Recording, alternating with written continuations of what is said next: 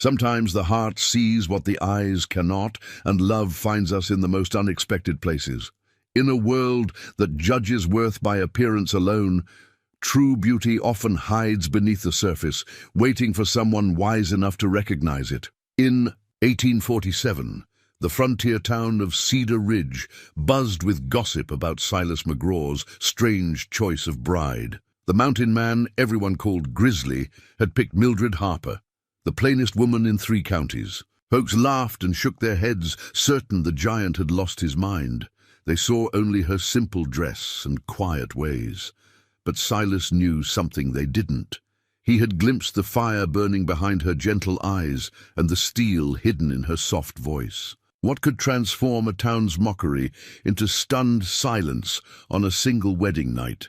Before we jump back in, tell us where you're tuning in from, and if this story touches you, make sure you're subscribed, because tomorrow I've saved something extra special for you.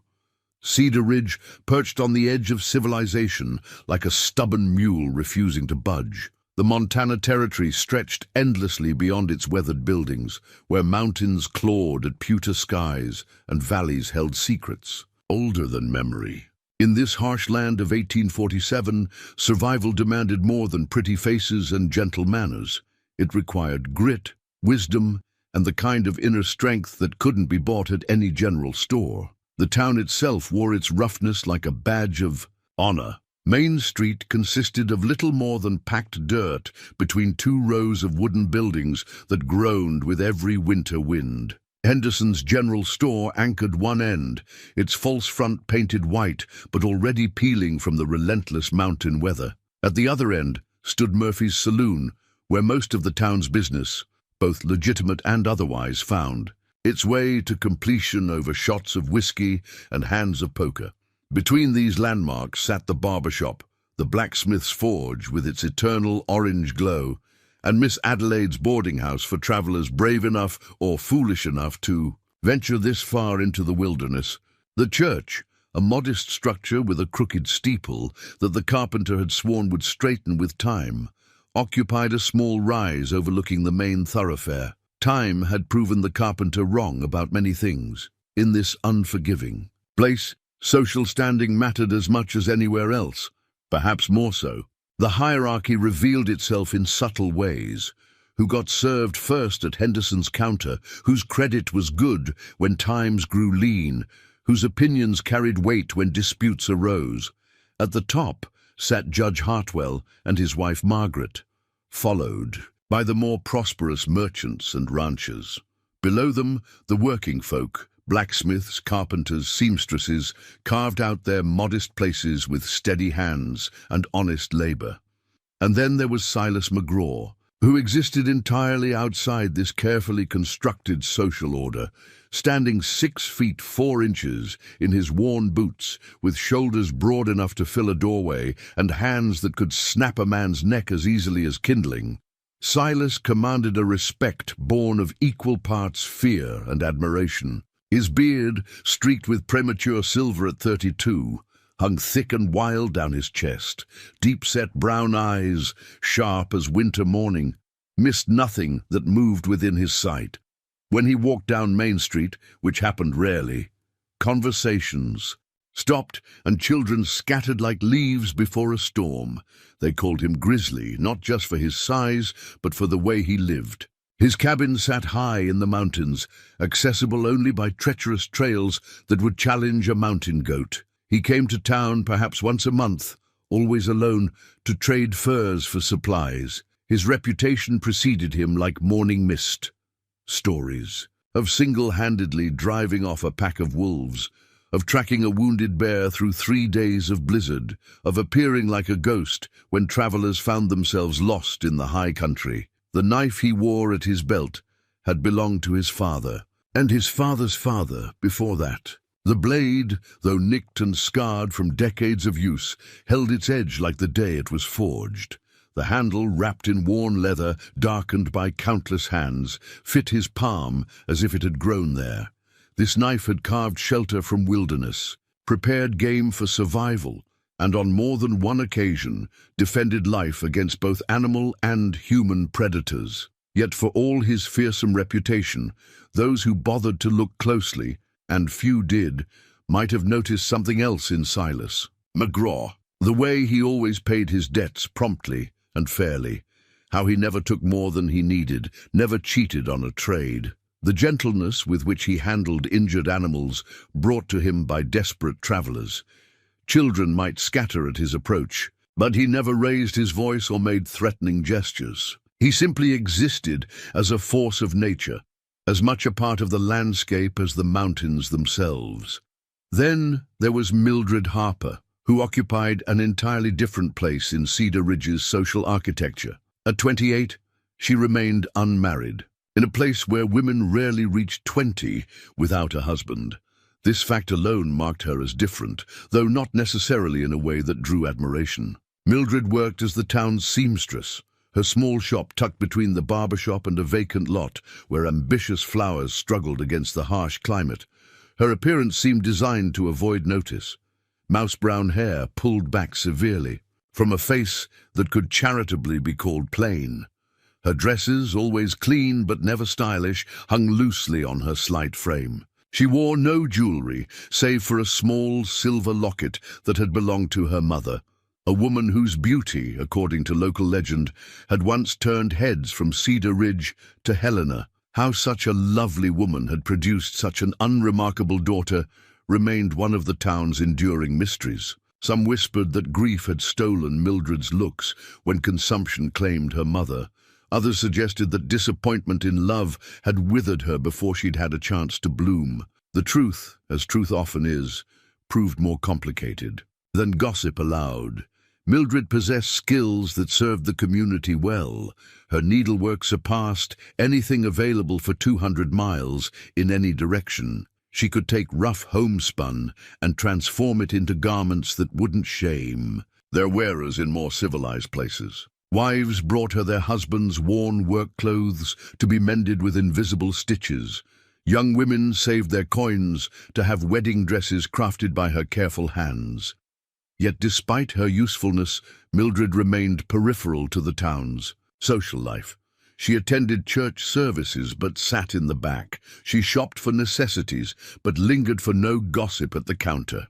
Invitations to quilting circles and church socials rarely found their way to her door, and when they did, she usually declined with polite, soft-spoken excuses. Those who bothered to engage her in conversation, and again few did, might have discovered a quick intelligence behind her quiet manner. She read voraciously, borrowing books from the preacher's small library and somehow acquiring others through means unknown. Her knowledge of subjects ranging from medicine to literature often surprised those who assumed her learning matched her appearance. But in a place where survival often depended on immediate judgments, most people saw only what they expected to see. A plain spinster who served a useful function but hardly merited deeper consideration. The supporting cast of Cedar Ridge filled their roles with the consistency of actors who'd performed the same play for years. Henderson at the general store, round and balding, dispensed goods and gossip with equal enthusiasm. His wife, Ruth, thin as a willow switch and twice as sharp, managed the store's books and most of the town's moral judgments. Murphy, the Irish saloon keeper, poured drinks and collected secrets with the skill of a professional confessor. Judge Hartwell, appointed by territorial authority but elected by local respect, maintained order through a combination of legal knowledge and practical wisdom. His wife, Margaret, led the town's social activities with the efficiency of a military commander. Dr. Whitmore, when sober, could set bones and deliver babies as well as any physician between the Missouri and the Pacific. When drunk, he philosophized about the futility of fighting death in a land determined to kill its inhabitants. The preacher, Reverend Samuel Clearwater, had arrived 3 years earlier with a calling to bring salvation to the frontier.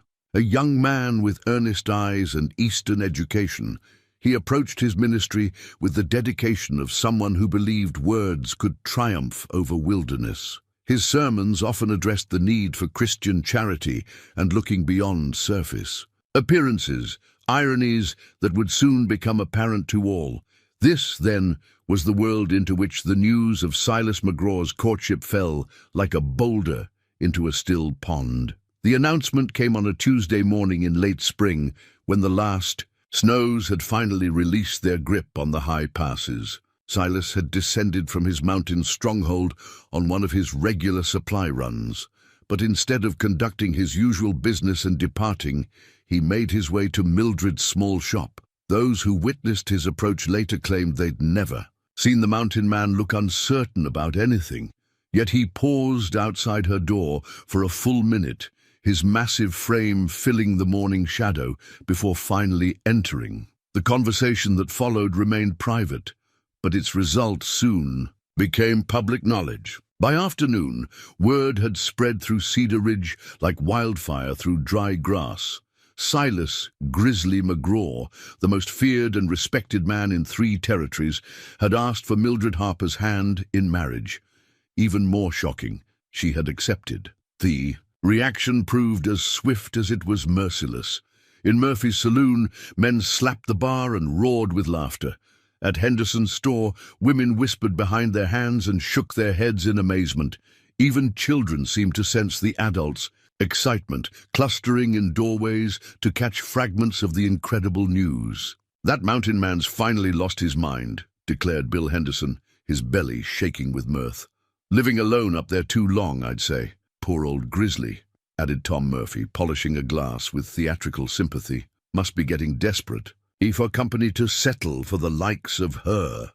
The women proved no kinder in their assessments. "I suppose even Mildred Harper looks good to a man who's been staring at pine trees for months," sniffed Margaret Hartwell. "Though what she sees in him I cannot imagine." Ruth Henderson, never one to be outdone in matters of social observation, offered her expert opinion. "Mark my words, this marriage won't last 6 months. A man like that and a mouse like her. Oil and water, I say." Yet amid all the laughter and speculation, a few thoughtful individuals wondered if perhaps there was more to this unlikely pairing than met the eye. Judge Hartwell, stroking his grey beard, reminded his wife that Silas McGraw had never been known to make foolish decisions. Dr. Whitmore, in one of his clearer moments, observed that still waters often ran deeper than anyone suspected. And Reverend Clearwater, though he kept his thoughts largely to himself, found himself reflecting on his own sermons about the danger of judging by appearances. He had preached often about looking beyond the surface to find the true worth of a person's character. Now it seemed the frontier would provide a test of whether anyone had been listening. As the sun set over Cedar Ridge that evening, casting long shadows between the weathered buildings, the town settled into sleep with the satisfaction of people who had witnessed something extraordinary. They had gossip to last through the winter, a story to tell travelers, and the delicious anticipation of watching this improbable romance play out before their eyes. None of them suspected that their entertainment would soon become their education, or that the plain seamstress and the fearsome mountain man would teach them lessons about courage, loyalty, and the true nature of beauty that would reshape their understanding of human worth. The stage was set, the players introduced, and the first act of an extraordinary drama about to begin. The morning after the announcement brought a different kind of weather to Cedar Ridge. Spring sunshine filtered through gathering clouds, creating patches of light and shadow that seemed to mirror the town's conflicted mood. While most residents reveled in their newfound entertainment, the objects of their amusement faced the harsh reality of public scrutiny. Mildred Harper discovered this firsthand when she opened her shop to find 3 women waiting outside like vultures circling carrion. Margaret Hartwell led the delegation, flanked by Ruth Henderson and Sarah Whitmore, the doctor's wife. Their faces wore expressions of manufactured concern that fooled no one, least of all Mildred. "My dear," Margaret began with false sweetness, "we simply had to come and discuss this extraordinary news. Surely you haven't given proper thought to what you're considering." Mildred's fingers found the small silver locket at her throat, a gesture so subtle the women missed its significance. Inside that tarnished piece of jewelry lay a daguerreotype of her mother, Eleanor Harper, whose beauty had once captivated men from the Rockies to the Great Plains. But the locket held more than just a photograph. It contained secrets that would have shocked these gossiping women into permanent silence. "I appreciate your concern," Mildred replied, her voice soft but steady. "But Mr. McGraw and I understand each other quite well." Ruth Henderson snorted with undisguised derision. "Understand each other? Child, that man is practically a wild animal. He lives like a hermit in those mountains, speaks to no one, and heaven knows what kind of life he'd expect you to lead." "A woman needs society," added Sarah Whitmore, warming to the intervention. "You can't possibly be happy isolated up there. With him. Think of your reputation, dear. Think of your future." But Mildred had been thinking of little else since Silas McGraw had entered her shop the previous morning. The memory remained vivid. His massive frame filling her doorway, blocking out the spring sunlight, yet something in his manner suggesting vulnerability rather than threat. He had removed his worn hat and stood there awkwardly, as if uncertain how to begin. His eyes had swept her small shop, taking in the neat rows of thread, the carefully organized fabrics, the half-finished garments hanging from wooden pegs. When his gaze finally settled on her, she had seen something unexpected in those dark depths. "Recognition, Miss Harper," he had said, his voice surprisingly gentle for such a large man. "I've come to ask you something, and I'd be obliged if you'd hear me out before giving your answer." She had nodded, her hands busy with the mending in her lap, more from nervousness than necessity. "I know what folks think of me," he continued, his hat turning slowly in his large hands. "Mountain man, they say. Grizzly, someone to fear or avoid. And I suppose they're not entirely wrong. I've lived hard, done things that would shock proper people, made choices that left marks on my soul." He paused, studying her face as if reading something written there in a language only he understood. "But I see things others don't, Miss Harper. I see how you care for old Mrs. Patterson when she can't pay for mending. I've watched you leave food on your doorstep for hungry travelers who are too proud to ask. I've seen the books you read, the questions you ask when you think no one's listening." Mildred's needle had stilled in her fingers. No one had ever noticed those small kindnesses, those quiet moments when she thought herself unobserved. "I'm not asking you to love me," Silas had said, his voice growing more confident. "I'm asking you to consider that we might understand each other. Two people who know what it means to be judged by appearances, to be valued for what others think they see rather than who we really are." The proposal itself had been unlike anything she could have imagined. No flowery words about romance or passion, no promises of comfort or security. Instead, he offered something far more precious: understanding. "I have a good cabin, strong walls, supplies enough for winter. The mountains are beautiful if you know how to see them. And Miss Harper—" He had paused, his eyes meeting hers directly. "I have a feeling you know how to see a great many things that others miss." She had accepted not because she was desperate for marriage, though the town would certainly assume so, but because she recognized in this rough mountain man a kindred spirit, someone else who had learned to hide their true nature behind a carefully constructed facade. Now, facing the concerned expressions of Cedar Ridge's social leaders, Mildred drew strength from that memory and the secret it represented. "Mr. McGraw is a good man," she said simply, "perhaps better than most realize." Margaret Hartwell's eyebrows rose nearly to her hairline. "Good? My dear girl, the man is barely civilized. He lives like a savage, speaks to no one, and heaven only knows what kind of wild notions. He has never shown anything but courtesy to me," Mildred interrupted, her quiet voice carrying an edge that made the older woman step back. "Perhaps the question isn't what kind of man he is, but what kind of people we are for assuming the worst without cause." The three women exchanged glances, clearly taken aback by this unexpected show of spirit from the town's most retiring resident. Ruth Henderson recovered first, her thin lips pursing with disapproval. "Well, I never.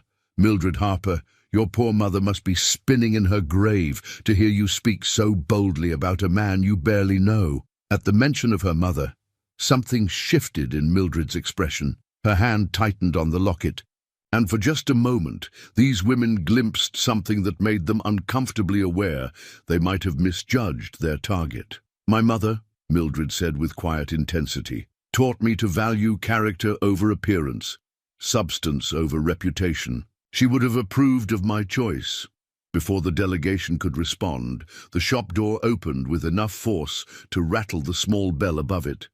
Silas McGraw stepped inside, his presence immediately transforming the small space. The three women pressed back against the fabric shelves like startled birds. "Ladies," he said with a polite nod that somehow managed to suggest they should leave immediately. Margaret Hartwell gathered her dignity around her like a cloak. "Mr. McGraw, we were just expressing our concerns about this hasty engagement. Surely you can understand—" "I understand that Miss Harper has accepted my proposal," Silas replied, his voice carrying the kind of quiet authority that ended arguments before they began. "I also understand that she's perfectly capable of making her own decisions without a committee to guide her." Ruth Henderson bristled. "We're simply looking out for her welfare. She has no family to—" "She has me now," Silas said with finality that brooked no argument. The three women realized they had ventured into territory far beyond their ability to navigate. With a few more sputtered protests about propriety and hasty decisions, they retreated from the shop like a defeated army. When they were gone, Silas turned to Mildred with what might have been the ghost of a smile. "I'm sorry about that. I figured they'd come calling, but I hope to spare you the worst of it." "You don't need to apologize," Mildred replied, surprising herself with her own calmness. "I've endured their opinions for 28 years. I suspect I can manage a few more weeks." "About that," Silas said, his expression growing serious. "If you're having second thoughts, are you?" He considered her question with the same careful attention he might give to reading weather signs in the mountains. "No.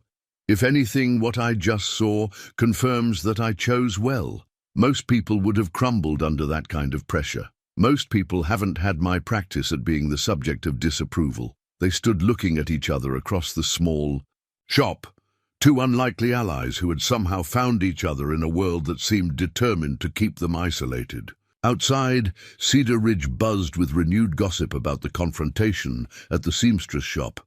But inside, surrounded by thread and fabric and the tools of Mildred's quiet trade, something deeper took root between them. "There's something you should know," Mildred said suddenly, her fingers again finding her mother's locket. "About me, I mean. About who I really am." Silas waited patiently while she gathered her courage. "People think I'm just a spinster seamstress who never had any other options. They're wrong." She moved to her workbench and from beneath it withdrew a small wooden box. Inside, wrapped in oiled cloth, lay documents that would have stunned the town gossips into silence. Letters of recommendation from physicians in San Francisco and Denver, certificates of medical training, and most shocking of all, correspondence from territorial officials requesting her assistance in matters of law enforcement. "My mother wasn't just beautiful," Mildred explained, watching Silas's expression as he examined the papers. "She was brilliant. She made sure I received an education that would have impressed university men. I trained as a healer and learned skills that, well, let's say they've proven useful in unexpected ways." Silas studied the documents with the careful attention of a man who understood the value of hidden truths. When he looked up at her, his eyes held new respect, but no surprise. "I wondered," he said simply. "No one develops your kind of awareness. By accident, the way you notice things, the way you carry yourself when you think no one's watching. I knew there was more to Mildred Harper than met the eye." "You don't seem shocked." "Should I be? I've got my own secrets, things the town would find hard to believe about old Grizzly McGraw." He returned the papers to their box with careful reverence. "Maybe that's why we understand each other. We both know what it's like to be more than people expect." As if to underscore his words, the sound of raised voices drifted through the shop window. A crowd had gathered outside Murphy's saloon, their laughter cruel and pointed. Someone had started a betting pool on how long the marriage would last, with odds heavily favoring disaster within the month. Mildred listened to their mockery, with the same patient expression she might wear while enduring a thunderstorm. But Silas felt anger building in his chest like pressure behind a dam. These people knew nothing of struggle or sacrifice, nothing of the strength required to survive in a harsh world. They judged worth by superficial standards and found entertainment in others' misfortune. Let them laugh, Mildred said quietly, as if reading his thoughts. Their opinions will matter less when we're building a life together. Her words struck him with unexpected force. This woman, dismissed and underestimated by everyone around her, possessed a core of steel that impressed even him. She faced their ridicule with dignity, their doubts with quiet confidence. In that moment, Silas McGraw realized he had chosen far better than even he had dared hope. "The wedding," he said. "When would you like?" "Soon," she replied, without hesitation. "I see no reason to endure weeks of their speculation and advice." He nodded approvingly.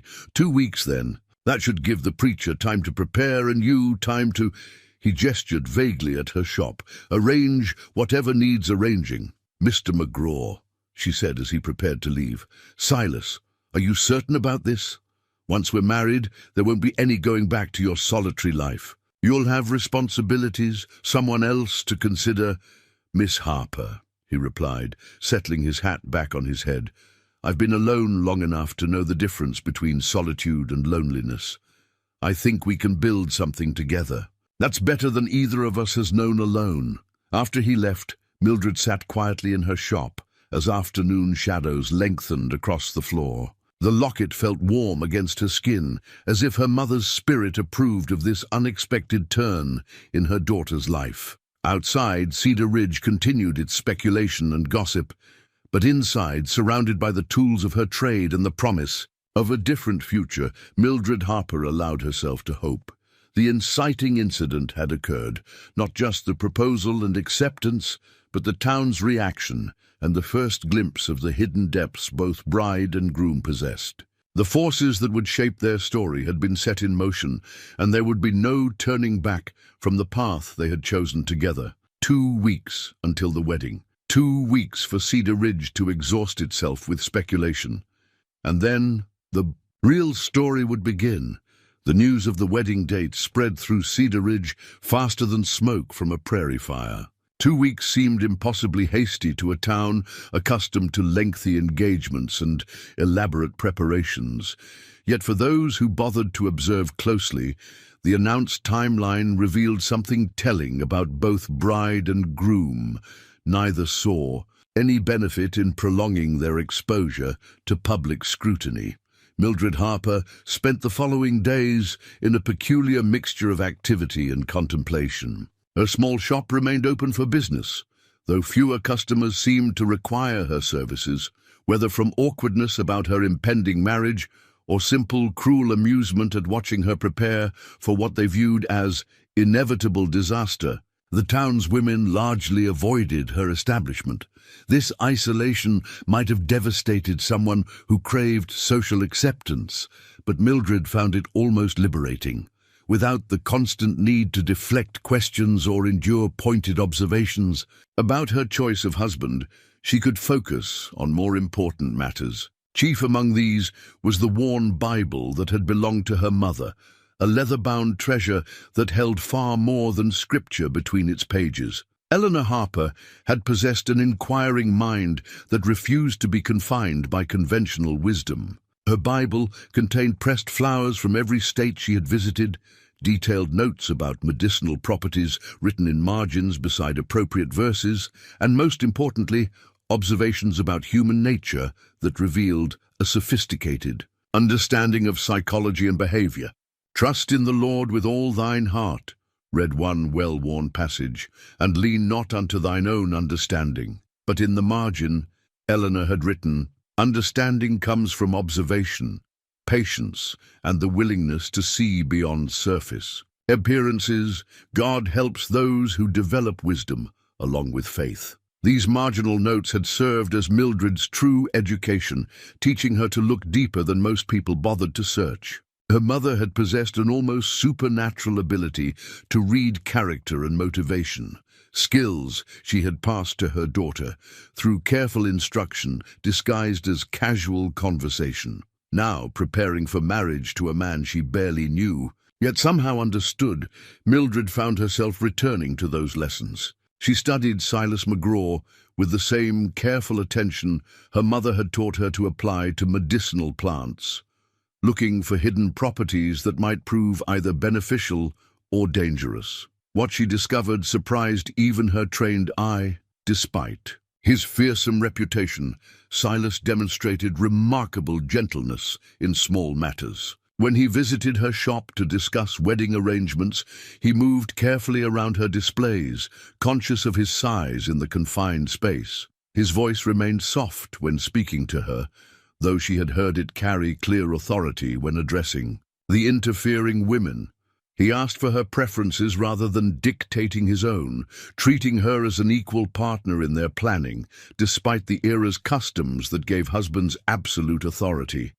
Most telling of all, he listened to her responses, with genuine attention, processing not just her words, but the thoughts behind them. This quality, so rare in her experience that she had almost forgotten it existed, convinced her that their marriage might succeed despite its unconventional beginning. The wedding preparations themselves proved simpler than traditional ceremonies. Demanded. Mildred had no family to invite, no elaborate trousseau to assemble, no social obligations to fulfill.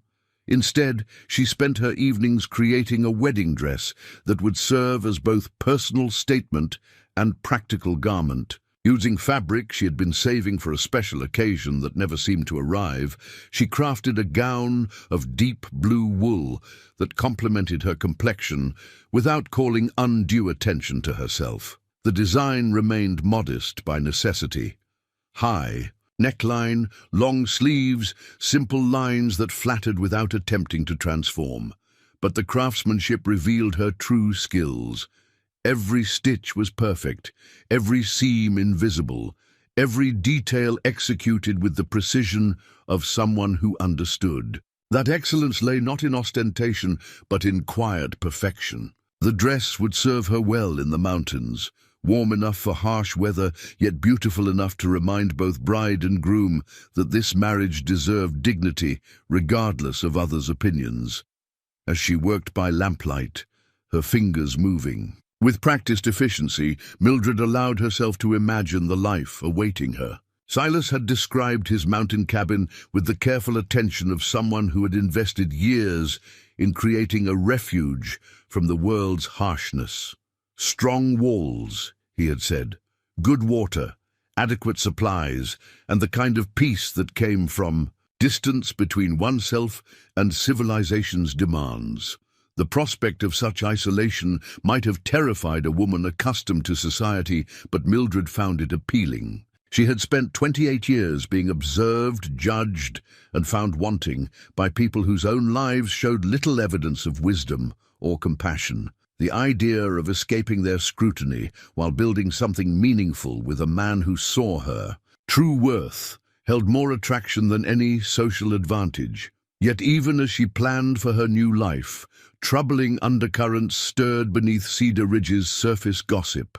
The betting pool at Murphy's saloon had grown more elaborate as word spread to neighboring settlements. Men rode in from ranches 50 miles away to place wagers on various aspects of the unlikely marriage. How long would it last? Would the mountain man prove too wild for domestic life? Would the plains seamstress discover that her husband's reputation held more truth than she had imagined? But beneath the crude humor lay darker speculation. Some men wondered aloud whether Silas McGraw's isolation had affected his judgment in ways that might prove dangerous. Others suggested that a woman desperate enough to marry such a man might have secrets of her own that bore investigation. Most disturbing of all was the attention the marriage had begun attracting from outside Cedar Ridge itself. travelers passing. Through seemed unusually interested in details about the couple, asking questions that went beyond normal curiosity. A stranger had inquired at Henderson's store about Mildred's background and family history. Another had shown particular interest in the location of Silas's mountain retreat. These incidents might have been dismissed as mere gossip-seeking, but Mildred's training had taught her to recognize patterns that others missed. Something about the nature of these inquiries suggested purpose beyond entertainment. Someone somewhere had reasons for wanting information about either her or her future husband, reasons that probably had nothing to do with their wedding. She mentioned her concerns to Silas during one of his visits, watching his expression. Carefully as she described the unusual questions. "You're right to be cautious," he said, after considering her words. "I've noticed riders in the high country who don't belong there. Men who know how to cover their tracks but not well enough to fool someone who's lived in those mountains for 15 years. Do you think it's connected to our marriage? Could be, or could be something else entirely. These mountains have always attracted people with reasons to avoid civilization. Most of them mind their own business. But some," he paused, his hand unconsciously moving to the knife at his belt, "some bring trouble wherever they go." The conversation revealed another layer to their relationship. Both had learned to read danger signs that escaped normal observation. Both understood that survival often depended on preparation for threats that might never materialize. This shared awareness created a bond deeper than romantic attraction. The recognition of kindred spirits who had learned to navigate a world more dangerous than it appeared. "After we're married," Silas continued, "you'll need to understand the realities of mountain life. It's not just the isolation or the harsh weather. There are men up there who've put themselves beyond law and conscience. Usually they leave me alone because I'm more trouble than benefit, but a woman," he met her eyes directly, "changes that calculation. You're concerned that marriage will make you a target. I'm concerned that it will make you one." His honesty impressed her even as it sobered her understanding of what lay ahead. Most men would have minimized such dangers to avoid frightening their intended bride. Silas treated her as someone capable of handling difficult truths, another indication that he saw her more clearly than others had managed. "Perhaps," she said carefully, "it would help to know that I'm not entirely helpless. My education included practical skills that go beyond healing." He studied her face with the same intensity she had learned to apply to reading people's true natures. Whatever he saw, there seemed to satisfy him. "I wondered about that too. There's something in the way you carry yourself, the way you watch people when you think they're not looking. Someone taught you to see trouble coming. My mother believed that knowledge was the best protection a woman could possess. She made sure I learned things that most ladies never encounter." They sat in comfortable silence for a moment, two people, discovering that their partnership might be more equal than either had initially imagined. Outside, Cedar Ridge continued its speculation about their improbable union. But inside Mildred's small shop, bride and groom began building the foundation of trust that would sustain them through whatever challenges lay ahead. The wedding was now less than a week away. Invitations had been extended to the entire town, not from any desire for their presence, but from recognition that excluding them would only fuel more gossip. Most had accepted with the eagerness of spectators anticipating entertainment rather than guests celebrating a sacred ceremony. Reverend Clearwater had expressed some private reservations about the hasty timeline, but his concerns stemmed more from propriety than genuine worry about the couple's compatibility. In his conversations with both bride and groom, he had detected a mutual respect and understanding that many long-time marriages lacked. "I've performed ceremonies for couples who had known each other since childhood," he confided to his wife, "and felt less confident about their chances than I do about these two. There's something solid between them, something that goes deeper than romantic infatuation." As the week progressed, both Silas and Mildred found themselves making practical preparations that revealed their shared understanding of what their marriage would require. He brought supplies to help her close her shop and arrange her possessions for transport to the mountains. She gathered medical supplies and practical books that would serve them both in their isolated life. Neither approached these tasks with the excitement typical of newlyweds, but both demonstrated the careful attention of people who understood that successful partnerships required more than good intentions. They were building something together, not just a marriage, but a fortress against a world that had shown little kindness to either of them alone. The final days before the wedding would test their resolve in ways neither had anticipated, but the foundation they had established in these early conversations would prove strong enough to support whatever challenges awaited them in the mountains and beyond. The week before the wedding brought unseasonable warmth to Cedar Ridge, as if nature itself had decided to bless the unlikely union with perfect weather. Morning frost gave way to afternoons warm enough for shirt sleeves, and the mountain peaks stood clear against skies so blue they seemed painted by an optimistic artist. This meteorological kindness did nothing to soften the town's collective skepticism about Saturday's ceremony. If anything, the approaching wedding date had intensified rather than diminished the community's fascination with what they viewed as an inevitable spectacle. The betting pool had expanded beyond Murphy's saloon to include virtually every establishment in town. Henderson's general store offered odds on whether the bride would actually appear at the church.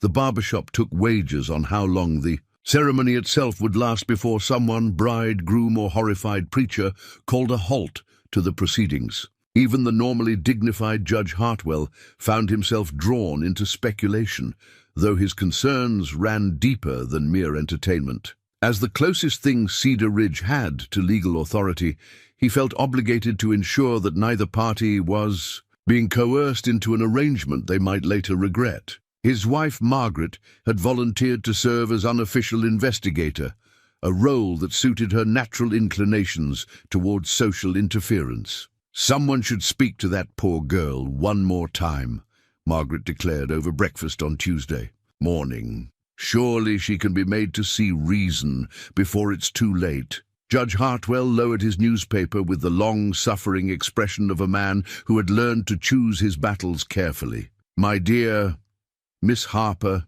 is a grown woman of sound mind.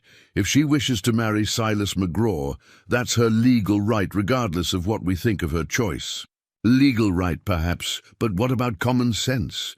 The man is practically a savage who has never broken the law, never caused trouble in town, and has shown nothing but respect for Miss Harper during their brief courtship. Perhaps our judgment says more about us than about him. This conversation, or variations of it, played out in homes throughout Cedar Ridge as the wedding day approached. The divide between those who viewed the marriage as entertainment and those who sensed something deeper at work gradually became apparent. Older residents who had survived frontier hardships that tested character more thoroughly than social conventions tended toward tolerance. Younger townspeople, more concerned with appearances and social standing, maintained their cruel amusement. Mildred observed these dynamics with the detached interest of someone studying a scientific phenomenon. Her hand-sewn wedding dress hung from a peg in her bedroom, its deep blue fabric catching morning light like still water. The garment represented more than mere clothing. It was armor crafted for battle against prejudice, a statement of dignity in the face of mockery. Every stitch had been placed with deliberate care, every seam finished with invisible precision. The dress would photograph well for the formal portrait that documented frontier weddings, but more importantly, it would serve her during the harsh mountain winters that awaited. Practical beauty, her mother would have called it, the kind of elegance that enhanced life rather than merely decorating it. The final fitting took place on Wednesday evening, with Mildred standing before her small mirror while adjusting the bodice and checking the hem length. The woman reflected back at her bore little resemblance to the stereotypical frontier bride. No elaborate lace, no fashionable bustle, no attempt to transform plain features into conventional beauty. Instead, she saw someone who had chosen dignity over decoration, substance over show. "You look beautiful," the voice from her doorway startled her until she realized Silas had arrived for their final pre-wedding meeting. Custom dictated that bride and groom should not see each other for several days before the ceremony, but neither Mildred nor Silas placed much value on customs that served no practical purpose. "Beautiful seems a generous assessment," she replied, though his words pleased her more than she cared to admit. "Not generous. Accurate." He stepped into the room with the careful movements of someone conscious of invading private space. "That dress suits you better than any fancy creation from San Francisco could. It's honest." The word honest struck her as perfectly chosen. Her wedding dress made no false promises, attempted no deception, claimed no beauty beyond what she possessed. Naturally, like the marriage itself, it represented authenticity rather than performance. "Are you ready for Saturday?" she asked, studying his reflection beside hers in the mirror, as ready as a man can be for something he's never done before. He paused, his expression growing serious. "Are you having doubts?" The question deserved honest consideration. In 3 days, she would abandon the life she had known for 28 years, leave the only home she remembered, and trust her future to a man whose reputation inspired fear in hardened frontiersmen. By any rational measure, she should be terrified. "No," she said with certainty that surprised them both. "No doubts about marrying you. Some concerns about what we might face afterward, but no doubts about our decision." "What kind of concerns?" She turned from the mirror to face him directly. "The questions strangers have been asking. The riders you've seen in the mountains, the feeling that our marriage has attracted attention from people whose interest goes beyond normal curiosity." Silas nodded grimly. "I've been thinking about that too. Whatever's coming, it's better that we face it together than apart. Two people who understand each other can accomplish more than either could alone, even if one of them is just a plain seamstress." His eyes met hers with an intensity that made her pulse quicken. "Especially then. You see things others miss. Think about problems from angles they never consider. That's worth more than any conventional advantages." Thursday brought the first real test of their partnership when Margaret Hartwell arrived at Mildred's shop, accompanied by 3 other women, determined to stage a final intervention. The delegation included Ruth Henderson, Sarah Whitmore, and surprisingly Adelaide Morrison from the boarding house, a woman whose own romantic history hardly qualified her to offer advice about marital choices. "Mildred, dear," Margaret began, "without preamble, we simply cannot stand by and watch you make such a devastating mistake without one last attempt to bring you to your senses." "Devastating for whom?" Mildred replied calmly, her hands continuing their work on a final alteration.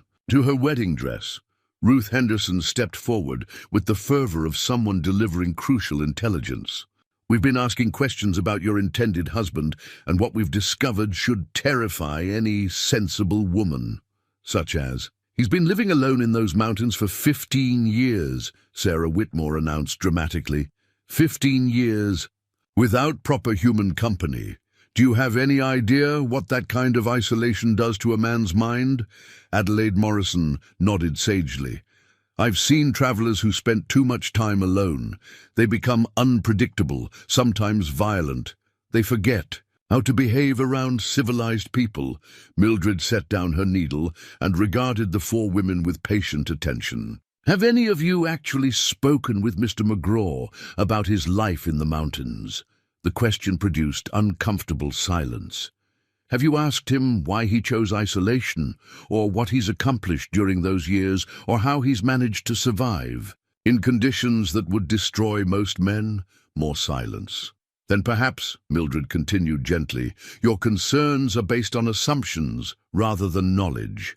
Margaret Hartwell drew herself up with wounded dignity. "We're trying to protect you from making a terrible mistake. I appreciate your intentions, but I'm quite capable of making my own decisions. Mr. McGraw has shown me nothing but courtesy and respect. If that changes after we're married, I'm prepared to deal with whatever challenges arise." The women exchanged glances that clearly communicated their opinion of such naive confidence. "What if he becomes violent?" Ruth Henderson demanded. "What if the isolation has affected his mind more than you realize? What if you're wrong about him?" Mildred interrupted quietly. "What if your fears say more about your prejudices than about his character?" Before the conversation could continue, the shop door opened to admit Silas himself, his timing suggesting he had been listening from outside. The four women stepped back instinctively, their theoretical concerns about his dangerous nature becoming uncomfortably concrete in his physical presence. "Ladies," he said with polite neutrality that somehow managed to fill the small space with intention. Margaret Hartwell recovered her composure first. "Mr. McGraw, we were just expressing our concerns about this hasty marriage. Surely you can understand our worry for Mildred's welfare. I understand that she's lived in this town for 28 years without requiring your protection," Silas replied evenly. "I also understand that she's intelligent enough to make decisions about her own future. But the isolation," Sarah Whitmore began, "will be shared," Silas finished. "Neither of us will be alone anymore." The simple statement carried implications that silenced their protests more effectively than any argument could have. These women, for all their social concern, had never considered that the marriage might benefit both parties rather than representing one person's desperate compromise. After they left, still murmuring disapproval but clearly defeated, Mildred and Silas stood together in the sudden quiet of her shop. "I'm sorry about that," he said. "I was hoping they'd given up trying to change your mind." "They mean well," Mildred replied, though her tone suggested limited patience with good intentions poorly applied. "They simply cannot imagine that anyone might choose differently than they would. And you? Can you imagine choosing differently?" She looked around her small shop, the neat rows of thread, the carefully organized fabrics, the tools of a trade that had sustained her, but never fulfilled her. In 2 days, she would leave all of this behind for an unknown life, with a man who saw possibilities in her that no one else had bothered to discover. "No," she said with quiet conviction, "I cannot imagine choosing differently." Friday arrived, with the kind of clear morning that made the mountains seem close enough to touch. Mildred spent the day putting her affairs in order, closing accounts, arranging for her shop's contents to be sold or stored, saying goodbye to the few people whose opinions mattered to her. The most difficult farewell came at the small cemetery where her parents rested beneath simple wooden markers. She knelt beside her mother's grave, her hand pressed against the warm earth, and spoke aloud the thoughts she had carried silently for weeks. "I know this seems sudden, Mama, but I think you'd approve of him. He sees me the way you did, not as someone lacking compared to others, but as someone with her own kind of strength. I wish you could meet him, could tell me if I'm making the right choice." A gentle breeze stirred the wildflowers she had planted on the grave, and Mildred chose to interpret this as her mother's blessing. Saturday's wedding day dawned clear and warm, with the kind of perfect weather that seemed designed for new beginnings. As Mildred prepared herself in the small room behind her shop, she felt the peculiar calm that comes from having made an irrevocable decision. Whatever lay ahead, she would face it as Mrs. Silas McGraw, partner to a man who had chosen her, not despite her plainness, but because of the strength he recognized beneath it. The wedding dress fit perfectly, its deep blue fabric complementing her complexion and lending dignity to her slight figure. She pinned her mother's locket at her throat, arranged her hair in a simple but elegant style, and prepared to walk to the church, where the entire town waited to witness what they expected to be either tragedy or comedy. The church bells of Cedar Ridge had never rung for a wedding that drew such a crowd. By 11 o'clock, an hour before the ceremony, every pew was occupied and people stood 3 deep along the walls. Word had spread to neighboring settlements, drawing curious onlookers. From ranches and mining camps 50 miles away, the atmosphere resembled a county fair more than a sacred ceremony, with vendors selling refreshments outside and children darting between horses tied to every available post. Inside the modest church, Reverend Clearwater adjusted his collar nervously as he surveyed the packed congregation. In 10 years of frontier ministry, he had never conducted a wedding that generated such intense public interest. The crowd's mood seemed split between anticipation of entertainment and genuine curiosity about whether the unlikely couple would actually go through with their vows. Judge Hartwell and his wife occupied the front pew on the bride's side, their expressions suggesting attendance at a funeral rather than a celebration. Behind them, Ruth Henderson whispered constant commentary to anyone within earshot, while her husband tried unsuccessfully to silence her observations about the spectacle they were about to witness. On the groom's side, the seating remained notably sparse. Silas McGraw had few friends in town and no family that anyone knew of. The empty pews on his side of the church provided stark visual evidence of his isolation from the community that had gathered to judge his choice of bride. At precisely noon, the church door opened to admit the groom. Silas McGraw had transformed himself for his wedding day in ways that shocked those who thought they knew him. Gone was the wild mountain man appearance that had intimidated townspeople for years. Instead, a carefully groomed gentleman walked down the aisle, wearing a dark suit that fit his large frame with surprising elegance. His beard, though still full, had been trimmed and shaped. His hair, usually hidden beneath a worn hat, showed silver threads that added dignity rather than age. Most striking of all was his bearing. The man who usually moved through town like a force of nature, trying to avoid notice, now carried himself with quiet confidence, acknowledging the staring crowd with polite nods while making his way to the altar. He had not attempted to disguise his size or his strength, but he had revealed the gentleman that existed beneath his rough exterior. A murmur rippled through the congregation as people reassessed their assumptions about the mountain man they thought they knew. This was not the savage they had expected, but someone who clearly understood the significance of the occasion and had prepared himself accordingly. Reverend Clearwater greeted Silas with genuine warmth, their brief conversation revealing a mutual respect that surprised observers who assumed the preacher shared their concerns about the marriage. Whatever private discussions the two men had held during the preceding weeks had apparently satisfied the minister's doubts about performing the ceremony. Then the church door opened again, and Mildred Harper appeared. The collective intake of breath was audible throughout the building. Not because she had transformed into a conventional beauty, her features remained as plain as ever, but because she had achieved something far more impressive. She had created dignity where none was expected, grace where observers had assumed awkwardness would prevail. Her wedding dress, hand-sewn with invisible perfection, moved with her as if it had grown rather than been crafted. The deep blue fabric complemented her complexion in ways that made her skin seem luminous rather than pale. Her hair, usually pulled back severely, had been arranged to soften her face while maintaining the practical simplicity that suited her nature. But most remarkable was her expression. No nervousness, no uncertainty, no hint of the desperation that observers had assumed must drive such an unlikely match. Instead, she walked down the aisle with the serene confidence of someone who knew exactly what she was doing and why. The transformation was not physical but spiritual, and it left the wedding guests struggling to reconcile this composed bride with the plain seamstress they had dismissed for years. Some began to wonder if they had misjudged more than just her appearance. As Mildred reached the altar, Silas offered his arm with gentle courtesy, and she accepted with a smile that transformed her face entirely.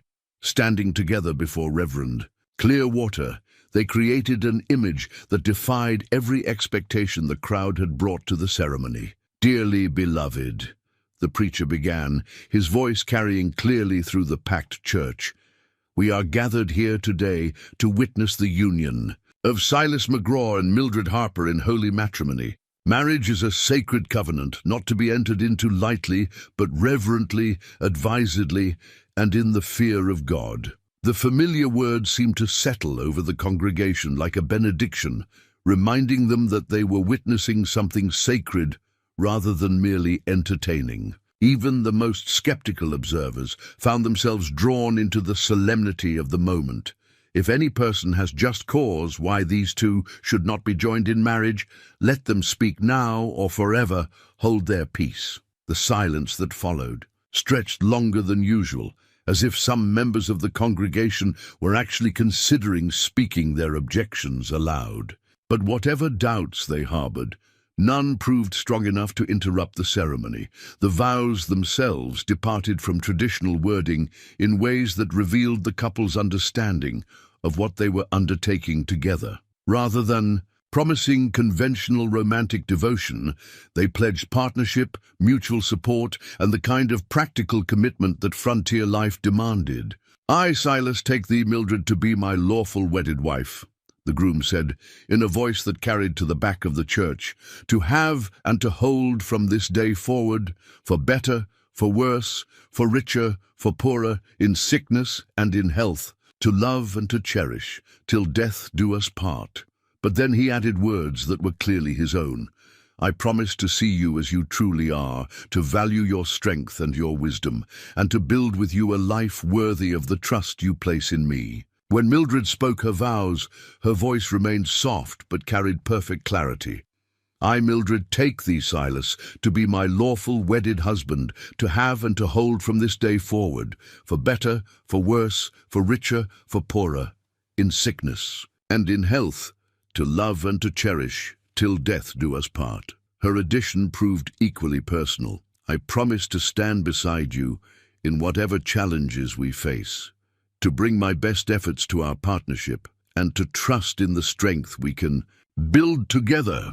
The exchange of simple gold bands completed the ceremony, and when Reverend Clearwater pronounced them husband and wife, the kiss they shared was brief but genuine, a seal on their commitment rather than a performance for the watching crowd. As the newly married couple turned to face the congregation, something remarkable happened.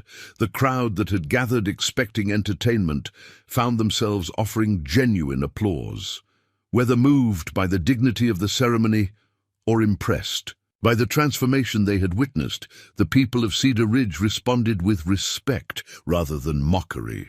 The receiving line that formed outside the church provided the first real test of the community's changed attitude. One by one, neighbors who had spent weeks speculating about the marriage offered congratulations that seemed increasingly sincere.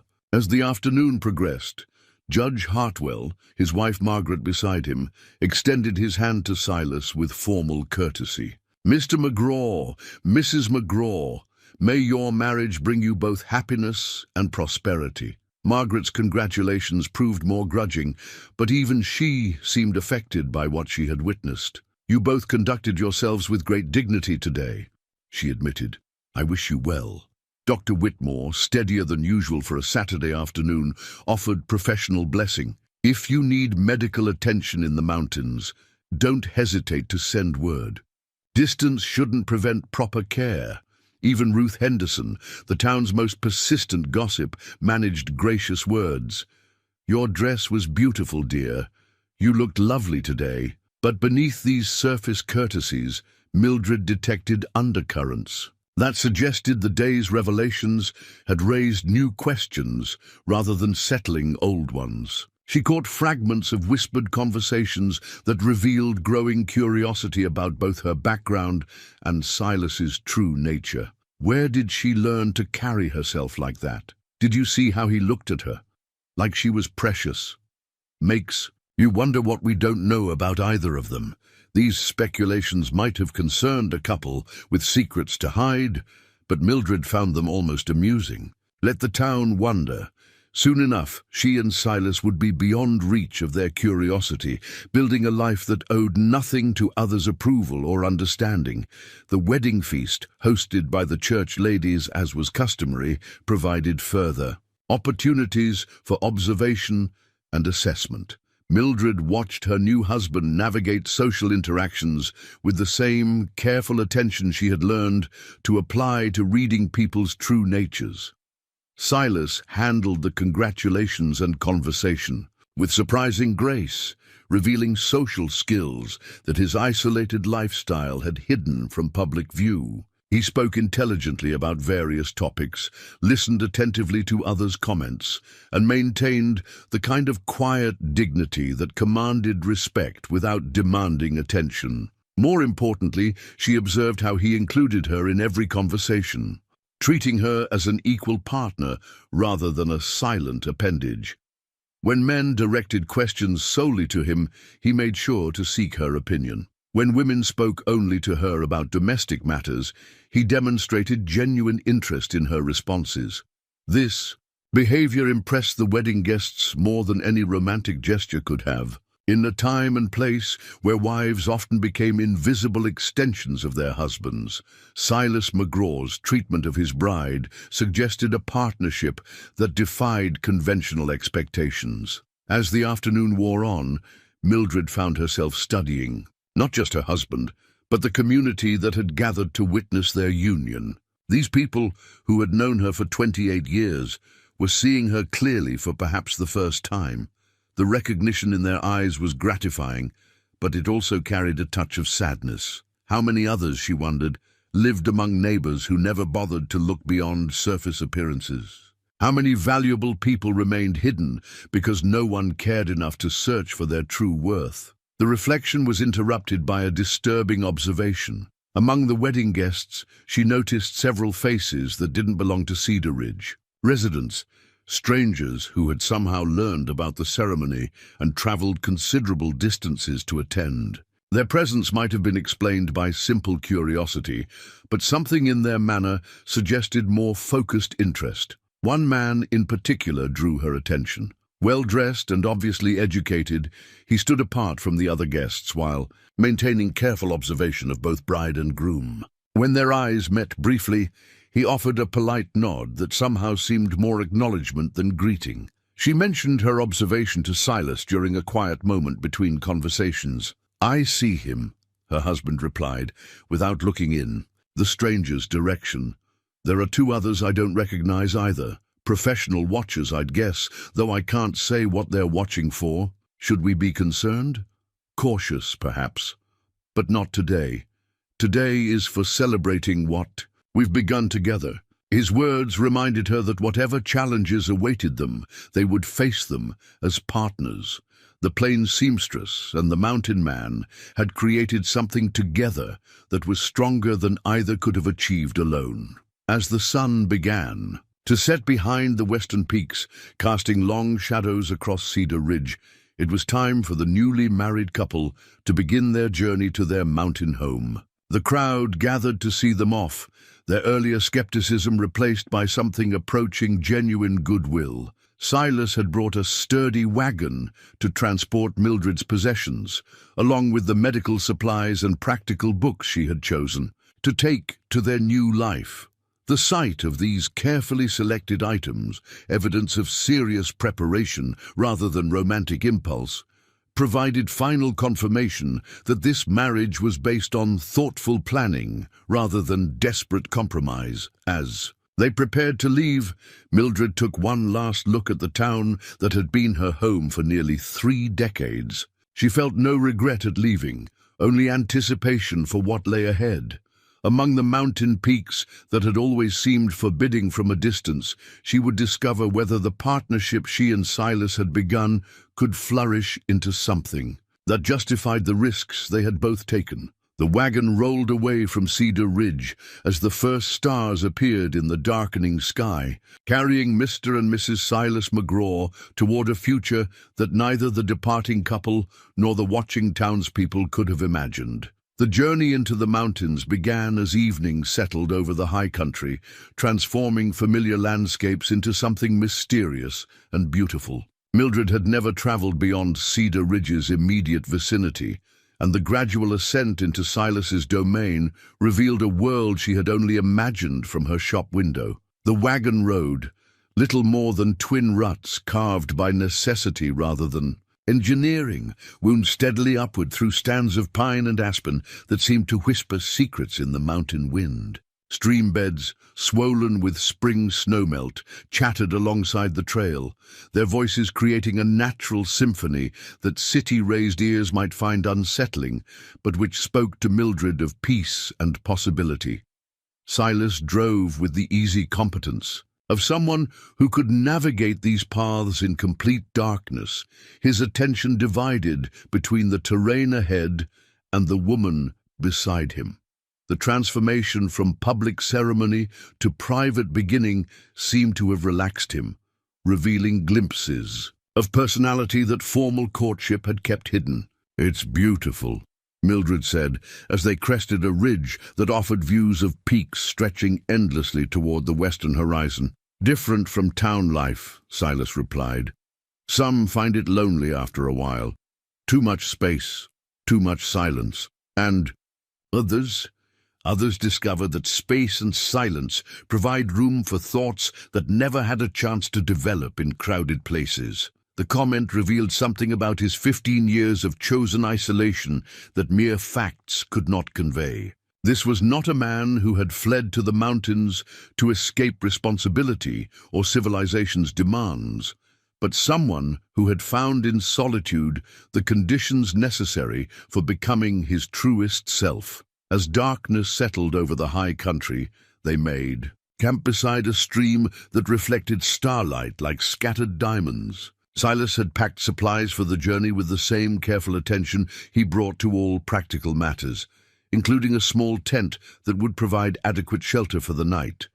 The intimacy of sharing confined space might have proved awkward for newlyweds who barely knew each other, but both Mildred and Silas seemed to understand that their marriage was founded on partnership rather than passion.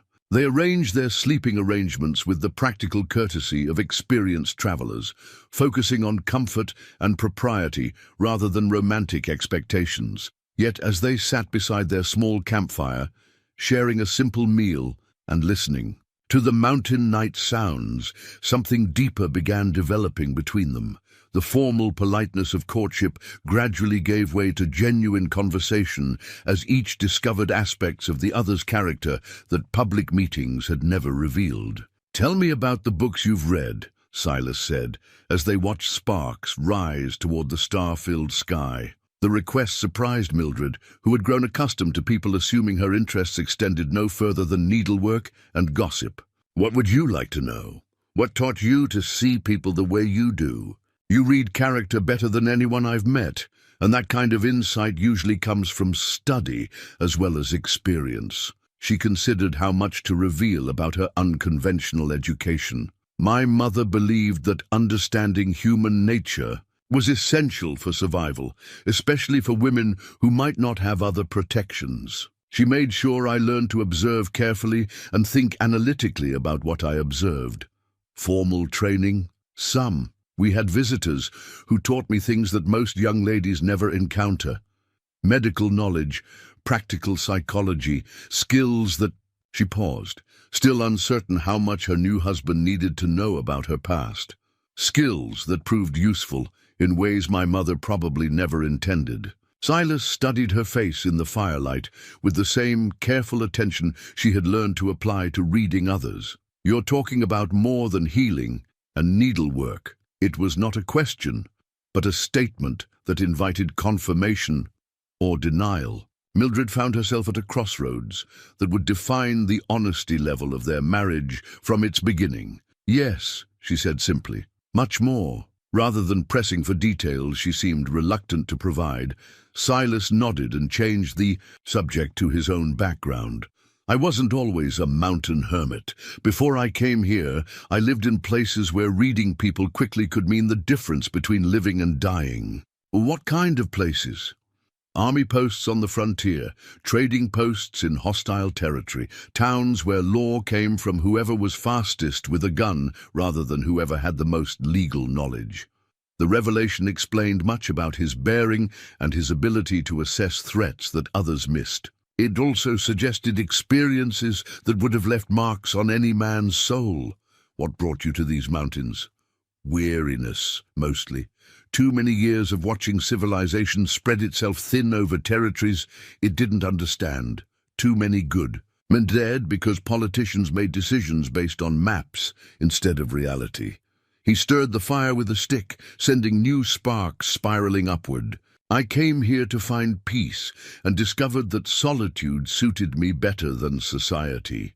Until now. He met her eyes across the small fire, and she saw something there that made her pulse quicken despite their practical arrangement. Until now. Some kinds of loneliness can't be cured by solitude, and some partnerships make both people stronger than either could be alone.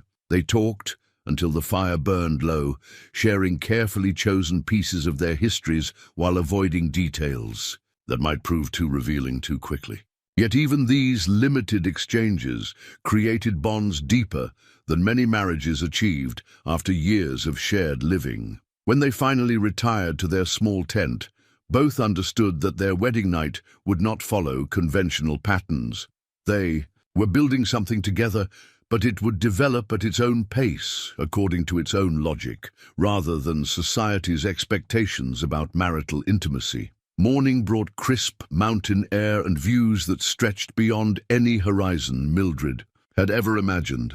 As they broke camp and continued their ascent, she began to understand why Silas had chosen this harsh but beautiful country as his refuge from a world that demanded more than it offered. The final approach to his cabin led through a narrow valley, hidden between towering peaks, accessible only to those who knew the correct combination of trails and passages. The location provided natural defense while offering resources essential for survival: fresh water, adequate timber, sheltered grazing for livestock, and game trails that ensured meat for those skilled enough to hunt successfully. The cabin itself exceeded every expectation Mildred had formed during their conversations in town. Rather than the crude shelter she had imagined, Silas had constructed a substantial home that demonstrated both practical skill and aesthetic sensibility. Built from logs expertly fitted and chinked, the structure stood 2 stories high with a wide front porch that offered spectacular views of the surrounding peaks.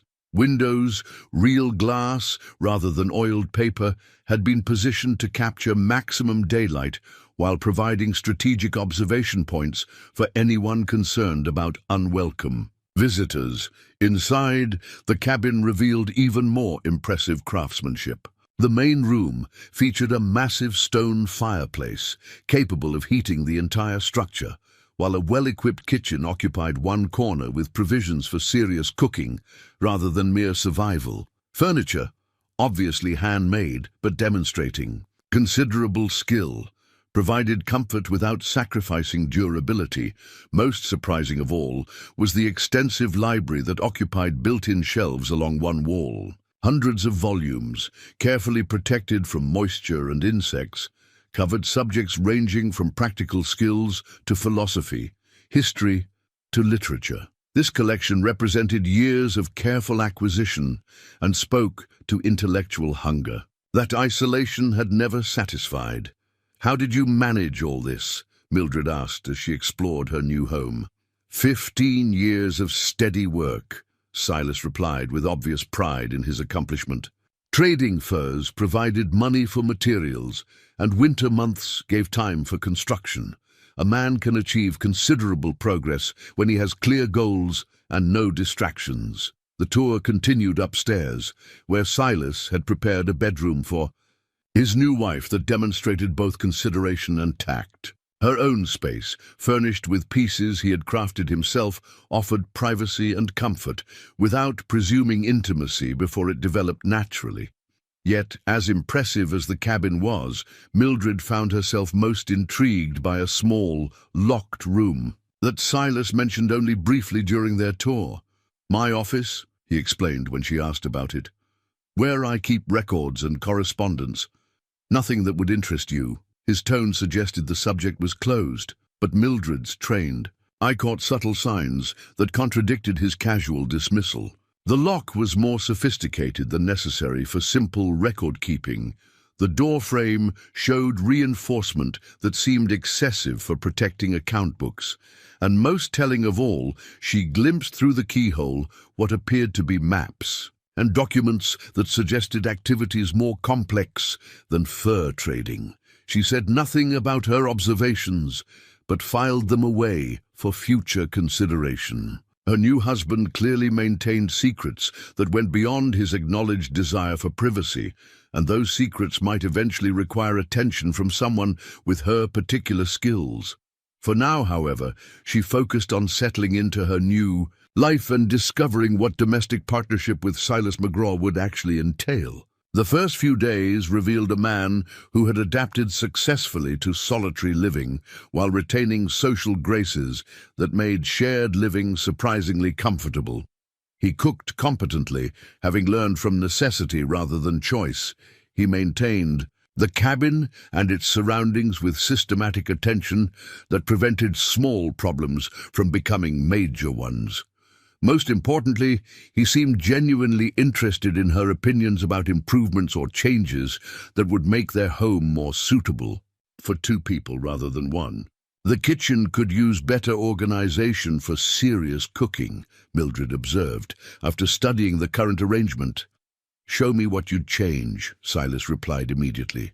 "I've been batching it for 15 years, so I'm probably doing everything the hard way." His willingness to defer to her expertise in areas where she clearly knew more impressed her, even as it revealed the kind of practical partnership she had hoped their marriage might become.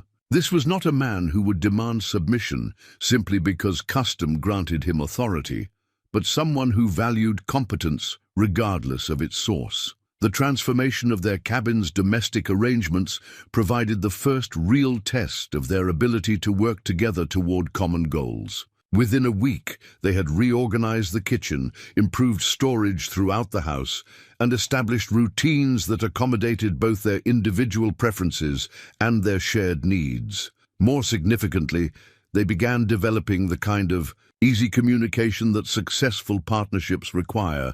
Silas learned to read Mildred's subtle signals about her preferences and concerns. She discovered that his gruff exterior concealed someone who appreciated thoughtful conversation and gentle humor when circumstances permitted. Yet, even as their domestic life settled into comfortable patterns, both remained aware of external factors that might disturb their mountain refuge. The strangers who had attended their wedding represented questions that had followed them from Cedar Ridge. The locked room upstairs contained secrets that might eventually demand acknowledgement, and the isolation that provided peace also created vulnerabilities that would require careful management. Hidden in Mildred's carefully organized possessions was a journal that had traveled with her from town, its pages filled with observations about people and events that revealed analytical skills far beyond those of a simple seamstress. Each evening, as Silas tended to his own mysterious correspondence in the locked room, she added new entries that documented her growing understanding of their situation and the forces that might threaten their carefully constructed peace. Both husband and wife sensed that their honeymoon period in the mountain cabin would not last indefinitely. The world they had left behind would eventually follow them into their refuge, bringing challenges that would test whether their partnership was strong enough to survive pressures that had destroyed more conventional marriages. But for now, in the quiet evenings beside their fireplace, with mountain winds singing through the pines outside, they built the foundation of trust and understanding that would sustain them when those challenges finally arrived. 3 weeks into their mountain marriage, Mildred made a discovery that would forever change her understanding of both her husband and herself. The morning had begun like many others, with Silas departing before dawn to check his trap lines and Mildred settling into the domestic routines that had become surprisingly satisfying. She had never imagined that managing a mountain household could provide the kind of intellectual challenge that kept her mind engaged. But the complexities of high-altitude living demanded constant adaptation and problem-solving. She was reorganizing the root cellar when she noticed something odd about the cabin's construction. The space seemed smaller than the exterior dimensions suggested, as if several feet of potential storage had been lost to some architectural necessity she couldn't identify. Curiosity, always one of her defining characteristics, prompted closer investigation. What she discovered was a concealed door so expertly hidden that only someone with her trained eye for detail would have noticed the subtle variations in wood grain that marked its edges. The door was locked, but Mildred's unconventional education had included skills that most ladies never acquired. Within minutes, the mechanism yielded to her careful manipulation, revealing a hidden chamber that took her breath away. The concealed room contained enough weapons to outfit a small army. Rifles, pistols, knives, and ammunition were arranged with military precision along specially constructed racks.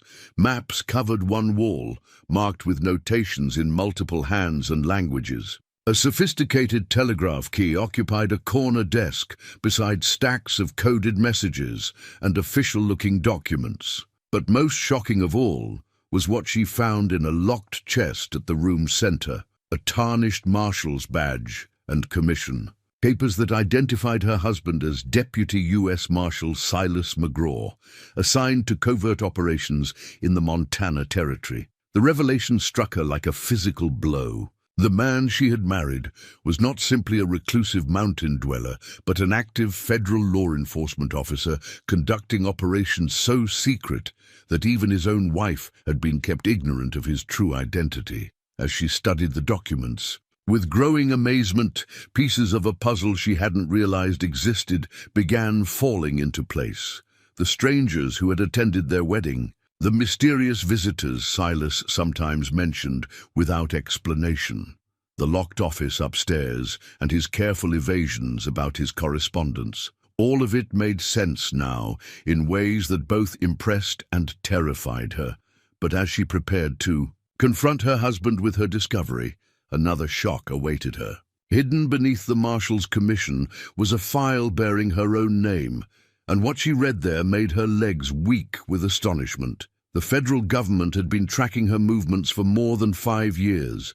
According to the meticulously detailed reports, Mildred Harper was not the simple seamstress she appeared to be, but someone whose true identity and activities had drawn official attention at the highest levels. The file documented her real background with accuracy that suggested surveillance far more sophisticated than she had ever detected. Her mother, Eleanor Harper, had indeed been beautiful, but beauty was the least significant of her qualifications. Eleanor had been one of the first female federal agents operating under deep cover throughout the Western Territories during the 1820s and 1830s. Her supposed death from consumption had been an elaborate fiction designed to allow her to disappear. When her cover was finally compromised, Mildred herself had been trained from childhood to continue her mother's work, though she had believed her education served purely practical purposes. The medical knowledge, the analytical skills, the ability to read character and situation, all of it had been preparation for a role she had never consciously accepted, but had been fulfilling nonetheless. For 5 years, her reports to supposed medical colleagues had actually been intelligence communications to federal authorities. Her observations about suspicious characters passing through Cedar Ridge had helped break up smuggling operations and track fugitive criminals. Her careful documentation of local economic conditions had informed government policy about territorial development. She had been a federal agent without knowing it. Her cover so deep that even she had believed it completely. The file contained one more revelation that left her shaking. Her marriage to Silas McGraw had been arranged by federal authorities who believed their combined skills would prove valuable. In addressing a growing threat to territorial security, The Crimson Creek Gang, led by a man called Blackjack Morrison, had established operations in the high country that threatened to destabilize the entire region. Traditional law enforcement had proven inadequate against their sophisticated organization and intimate knowledge of mountain terrain. The marriage of two experienced but unacknowledged federal operatives had been designed to create a covert team capable of infiltrating and dismantling the criminal organization. As Mildred sat in the hidden weapons room, surrounded by evidence of deceptions that went far deeper than anything she had imagined, she heard footsteps on the cabin's front porch. Silas was returning earlier than expected, and she had only moments to decide how to handle revelations that changed everything about their relationship. She quickly secured the documents and closed the concealed room, but left the lock undone, in a way that would signal to her husband that his secret had been discovered. Then she returned to her domestic tasks and waited for whatever confrontation was about to occur. Silas entered the cabin with the quiet alertness that had characterized his movements since their wedding day, but she saw him freeze when he noticed subtle signs that his concealed room had been accessed. His hand moved instinctively toward the knife at his belt before conscious thought reasserted control. "Mildred!" he called, his voice carefully neutral. "In the kitchen?" she replied, continuing to knead bread dough with steady hands while her mind raced through possible conversations. He found her working at the kitchen table, her movements calm and purposeful despite the revolutionary knowledge she had just acquired. For a long moment, they studied each other with the wariness of poker players who suspect their opponents hold better cards than initially apparent. "I see you've been exploring the cabin more thoroughly," Silas said carefully. "I have, and you've been rather less than completely honest about your activities here. As have you, I suspect." The admission hung between them like smoke from a gun neither had intended to fire. Both realized that their carefully constructed marriage had just revealed itself to be something far more complex than either had acknowledged. "How long have you known?" Mildred asked, setting aside her bread dough and facing him directly. "About your real background, since before I proposed. About your intelligence work. I suspected, but wasn't certain until I read your reports. My reports. The ones you've been sending to Dr. Matthews in Denver. Except there is no Dr. Matthews, just a postal box monitored by federal authorities who've been analyzing your observations about territorial conditions for the past 5 years. The revelation that her supposed medical correspondence had been intelligence communications struck her with force equal to discovering his marshal's commission.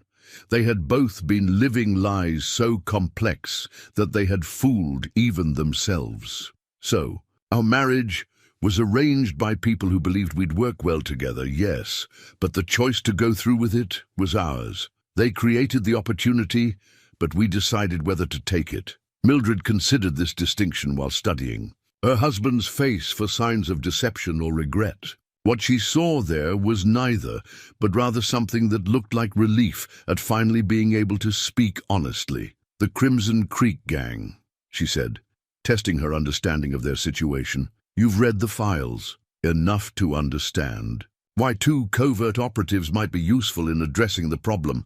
Silas moved closer, his expression growing serious. "It's worse than the reports indicate. Blackjack Morrison isn't just running a criminal organization. He's building a private army with connections to foreign interests who want to destabilize territorial authority. Traditional law enforcement can't handle this level of threat. But a mountain man and his wife might be able to get close enough to gather intelligence, or eliminate key leaders if intelligence gathering proves insufficient." The casual reference to assassination reminded Mildred that her husband's skills extended far beyond hunting and trapping. His 15 years in these mountains had not been spent in peaceful isolation, but in developing capabilities that made him uniquely dangerous to criminal organizations operating in the high country. "What happens now?" she asked. "That depends on you. Our marriage is legal regardless of how it was arranged. We can continue building the life we started, but it will include responsibilities that go beyond domestic partnership. Mildred walked to the window that offered views of the peaks surrounding their hidden valley. Somewhere in those mountains, a criminal organization was preparing operations that threatened everything she had come to value about their new life together. The choice facing her was not whether to help stop them, her training and inclinations made that inevitable, but whether to do so as part of a partnership that had already proven more satisfying than anything she had previously experienced. "I assume you have a plan," she said without turning from the window. "The beginnings of one. But it will require both our skills, and it will be dangerous in ways that domestic life never is." She turned to face him, seeing not the simple mountain man who had courted her in Cedar Ridge, but the experienced federal officer who had spent years preparing for exactly this kind of challenge. "Show me what you know about Morrison's organization," she said, "and then we'll develop a plan that might actually work." As they returned to the hidden room to study maps and intelligence reports together, both understood that their marriage had just evolved into something unprecedented in their experience. They were no longer simply husband and wife, but partners in an undertaking that would test every skill they possessed and every bond they had built together. The plain seamstress and the mountain man had revealed themselves to be two of the most capable covert operatives in federal service, and their quiet mountain refuge was about to become the headquarters for a campaign that would determine the future of law and order in the Montana Territory. Outside their cabin, the same peaks that had offered peaceful isolation now concealed dangers that would require all their combined expertise to overcome. The honeymoon was over, and the real work of their partnership was about to begin. The transformation of their mountain cabin from peaceful refuge to operational headquarters took place with military efficiency that revealed just how thoroughly both Silas and Mildred had been trained for exactly this kind of work. Within hours of their mutual revelations, maps covered every available surface, coded messages traveled through telegraph networks, and weapons were cleaned and prepared for action that now seemed inevitable rather than merely possible. Silas's father's rifle, a legendary weapon known throughout the territory for its accuracy and the skill of its owner, occupied a place of honor among their arsenal. The Winchester had belonged to 3 generations of McGraw men, each of whom had used it to protect their families and communities from threats that conventional law enforcement couldn't handle. Now it would serve a 4th generation in what promised to be its most challenging test. "Morrison's made a mistake," Silas explained, as they studied intelligence reports spread across their kitchen table. "He's grown overconfident after 2 years of successful operations. His organization has expanded beyond what the mountains can easily hide." Mildred traced supply routes marked on a detailed topographical map, her analytical mind processing information with the same systematic approach she had once applied to managing her seamstress shop's inventory. 70 men minimum, based on these provisioning requirements, probably closer to 100 when you account for lookouts and rotating guards. Too many for a frontal assault, but small enough that disrupting their leadership might fragment the entire organization. She nodded, appreciating the strategic thinking that made their partnership more effective than either could have been alone. The question becomes how to get close enough to those leaders without triggering the kind of defensive response that would turn this into a siege. "About that," Silas said, his expression growing serious, "there's something else you need to know. Morrison's been asking questions about our marriage, specific questions that suggest he knows more about both of us than we'd prefer." The revelation sent a chill through Mildred that had nothing to do with mountain weather. "What kind of questions?" "About your background before Cedar Ridge, about my activities during the past 15 years, about whether our marriage might be something other than what it appears." He met her eyes directly.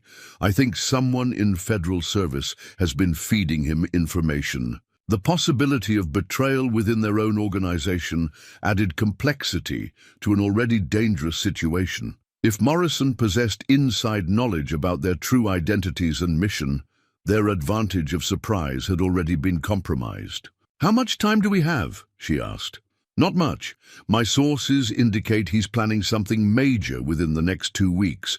If we're going to act, it has to be soon." They spent the remainder of that day developing a plan that would rely heavily on the skills that had made them valuable to federal authorities in the first place.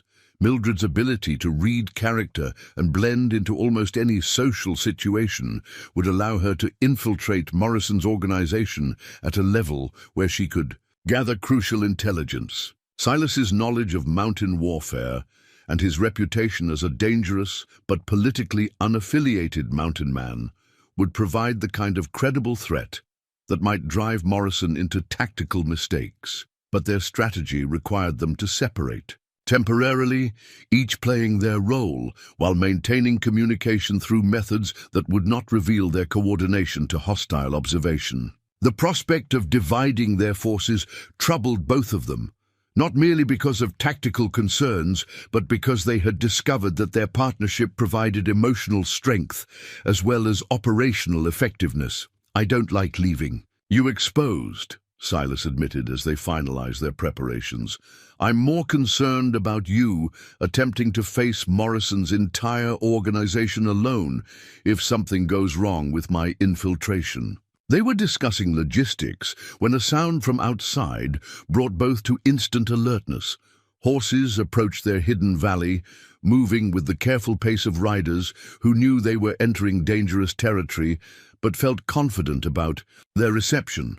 Silas moved to a window that offered concealed observation of the trail leading to their cabin. What he saw there confirmed their worst fears about how much Morrison knew of their activities. 3 riders, he reported quietly.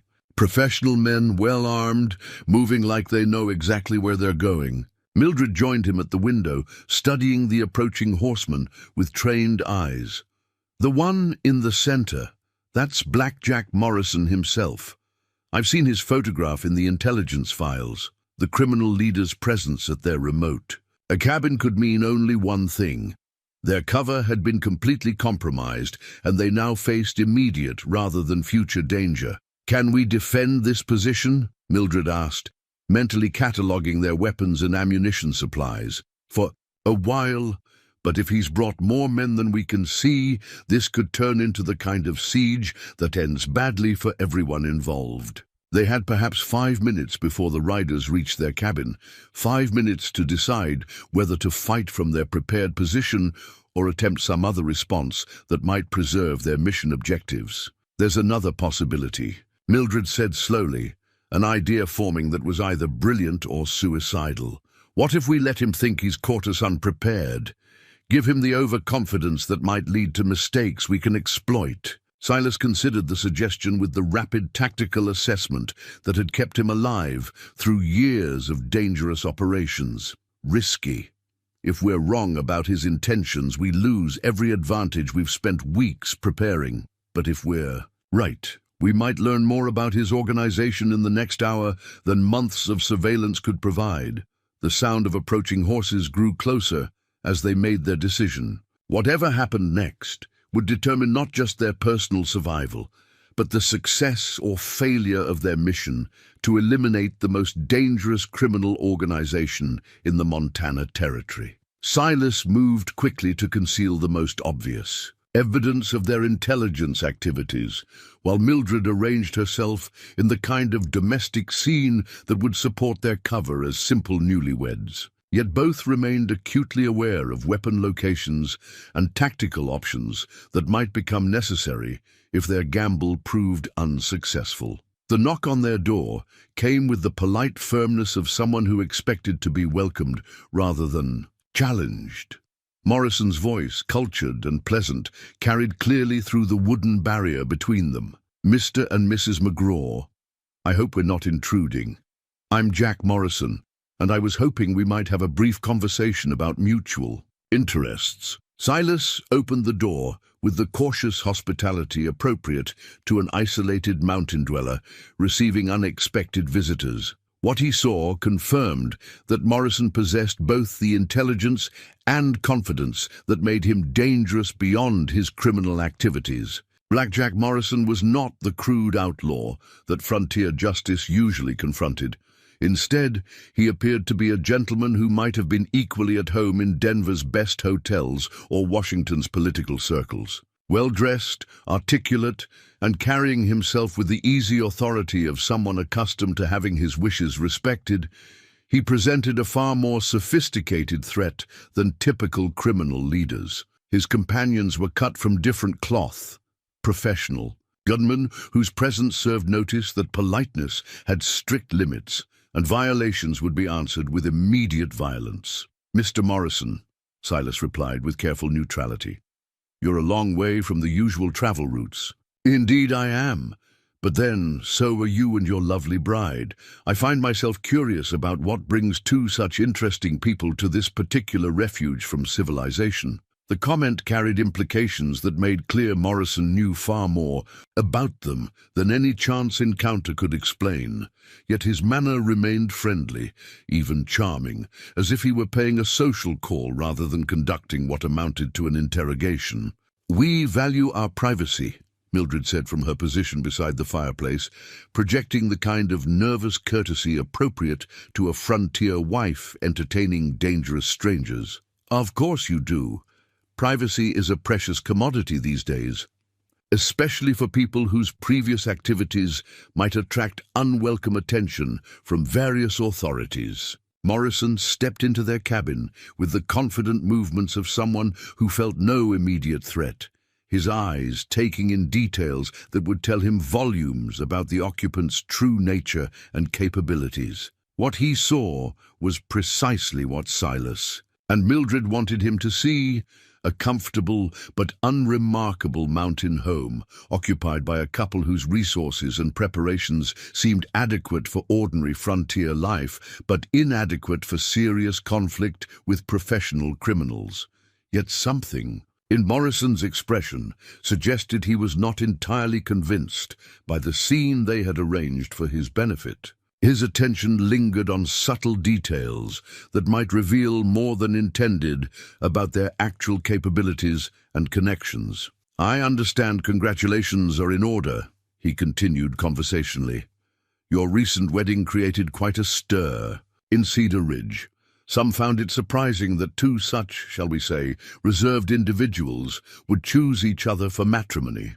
"People talk," Silas replied evenly, "especially when they don't have enough real concerns to occupy their time." Morrison smiled with genuine amusement. How true, though in this case the talk proved informative to those who knew how to listen properly. "It seems your courtship and marriage attracted attention from circles well beyond local gossip." The statement represented the most direct acknowledgement yet that their federal connections had been discovered. Morrison was no longer probing. He was announcing his knowledge while studying their reactions to gauge how much additional information he might extract. Mildred felt her heart rate increase despite her training in managing stress responses. If Morrison possessed detailed knowledge of their operational background, this conversation represented far greater danger than a simple criminal confrontation.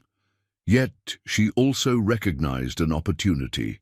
Morrison's willingness to reveal his knowledge suggested overconfidence that might be turned against him if they could maintain their deception long enough to learn about his own plans and capabilities. "I'm afraid you have us at a disadvantage, Mr. Morrison," she said with carefully modulated concern.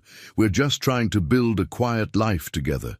If our marriage has somehow caused problems for other people, perhaps you could explain what we might do to resolve any misunderstandings." The response was perfectly pitched to suggest innocent confusion rather than tactical awareness, and Morrison's expression showed appreciation for what he clearly recognized as skillful performance. "My dear Mrs. McGraw, there are no misunderstandings. Only questions about how much two such talented individuals might contribute to enterprises that require exactly their particular skills. The offer hung in the air like gun smoke, dangerous and unmistakable in its implications. Morrison was not there to threaten them, but to recruit them, believing their federal connections might be overcome by appeals to greed or dissatisfaction with their current circumstances. It was exactly the kind of opportunity their mission required, but accepting would place them deeper into Morrison's organization than any previous intelligence operation had managed to achieve. The risks were enormous, but so were the potential rewards for understanding and ultimately destroying the criminal network that threatened territorial stability. Silas and Mildred exchanged the kind of subtle glance that married couples use to communicate complex thoughts without words. In that brief moment, they made the decision that would determine the final phase of their mission, and quite possibly their survival. "What kind of enterprise?" Silas asked, his tone suggesting interest rather than suspicion. Morrison's smile broadened. With satisfaction at what he interpreted as successful recruitment of two valuable assets to his organization, the kind that makes full use of exceptional talents while providing rewards commensurate with the risks involved. "I believe you'll find the work both challenging and profitable." As afternoon shadows lengthened across their mountain valley, Silas and Mildred McGraw prepared to enter the most dangerous phase of their careers as federal operatives, posing as recruits to the very organization they had been assigned to destroy. The journey to Morrison's mountain stronghold began at dawn, with Mildred and Silas riding as apparent recruits to the organization they had been assigned to destroy. The irony was not lost on either of them, but successful deep cover operations required commitment to deception that could mean the difference between gathering crucial intelligence and ending up dead in some remote canyon. Morrison had provided them with a small signal mirror, supposedly for emergency communication, but actually serving as a test of their commitment to his organization. The device would allow them to send coded messages to Confederates positioned throughout the high country, messages that Morrison's people would intercept and analyze for signs of betrayal or federal involvement. What Morrison didn't know was that both Silas and Mildred had been trained in mirror signaling techniques that allowed them to embed secondary messages within apparently innocent communications. Their reports to Morrison's organization would contain exactly the information he expected to receive, while simultaneously transmitting crucial intelligence to federal forces positioned to intercept their real mission data. The criminal stronghold exceeded every estimate federal intelligence had developed about Morrison's operations. Rather than a crude outlaw camp, they discovered a sophisticated military installation that could have challenged regular army units in direct confrontation. Defensive positions had been carved into the mountain rock itself, creating fields of fire that would make assault prohibitively costly. Supply depots contained enough weapons and ammunition to outfit several companies of troops, while communication equipment allowed coordination with criminal networks throughout the Western Territories. Most disturbing of all was the evidence of foreign involvement that federal authorities had suspected but never confirmed. Military advisors whose accents suggested European training supervised defensive preparations, while technical specialists maintained equipment far more advanced than anything available through normal frontier commercial channels. "Welcome to the future of territorial development," Morrison announced as he led them through his installation. When Washington finally realizes that their traditional approach to law enforcement has become obsolete, organizations like ours will provide the stability necessary for real progress. His words revealed political ambitions that went far beyond simple criminal enterprise. Morrison envisioned himself as an alternative to federal authority, offering protection services to mining operations and cattle ranches, while simultaneously eliminating competitors who refused to acknowledge his jurisdiction. "Impressive operation," Silas commented with apparent admiration, while mentally cataloguing defensive weaknesses that federal forces might exploit. How many men do you have under arms? Enough to handle any law enforcement response the territory can mount. But quantity means nothing without quality leadership and proper training. That's where people like yourselves become valuable. Morrison's confidence seemed justified by what they observed during their first day in his stronghold. The men under his command demonstrated discipline and tactical awareness that surpassed most territorial militia units. Their weapons were well maintained, their defensive positions professionally constructed, and their communication systems coordinated with precision that suggested genuine military experience among the leadership. Yet, Mildred's trained eye for reading character and motivation detected subtle signs that suggested Morrison's organization might be less stable than it appeared. The foreign advisors maintained careful distance from their American counterparts, suggesting mutual suspicion rather than genuine cooperation. Some of Morrison's lieutenants showed signs of stress that indicated uncertainty about their leaders' increasingly ambitious plans. Most significantly, she noticed that Morrison himself seemed to be under pressure from sources beyond territorial law enforcement. References to timeline pressures and external expectations suggested that his organization answered to authorities whose identity remained carefully concealed, but whose demands were driving expansion beyond what prudent criminal enterprise would attempt.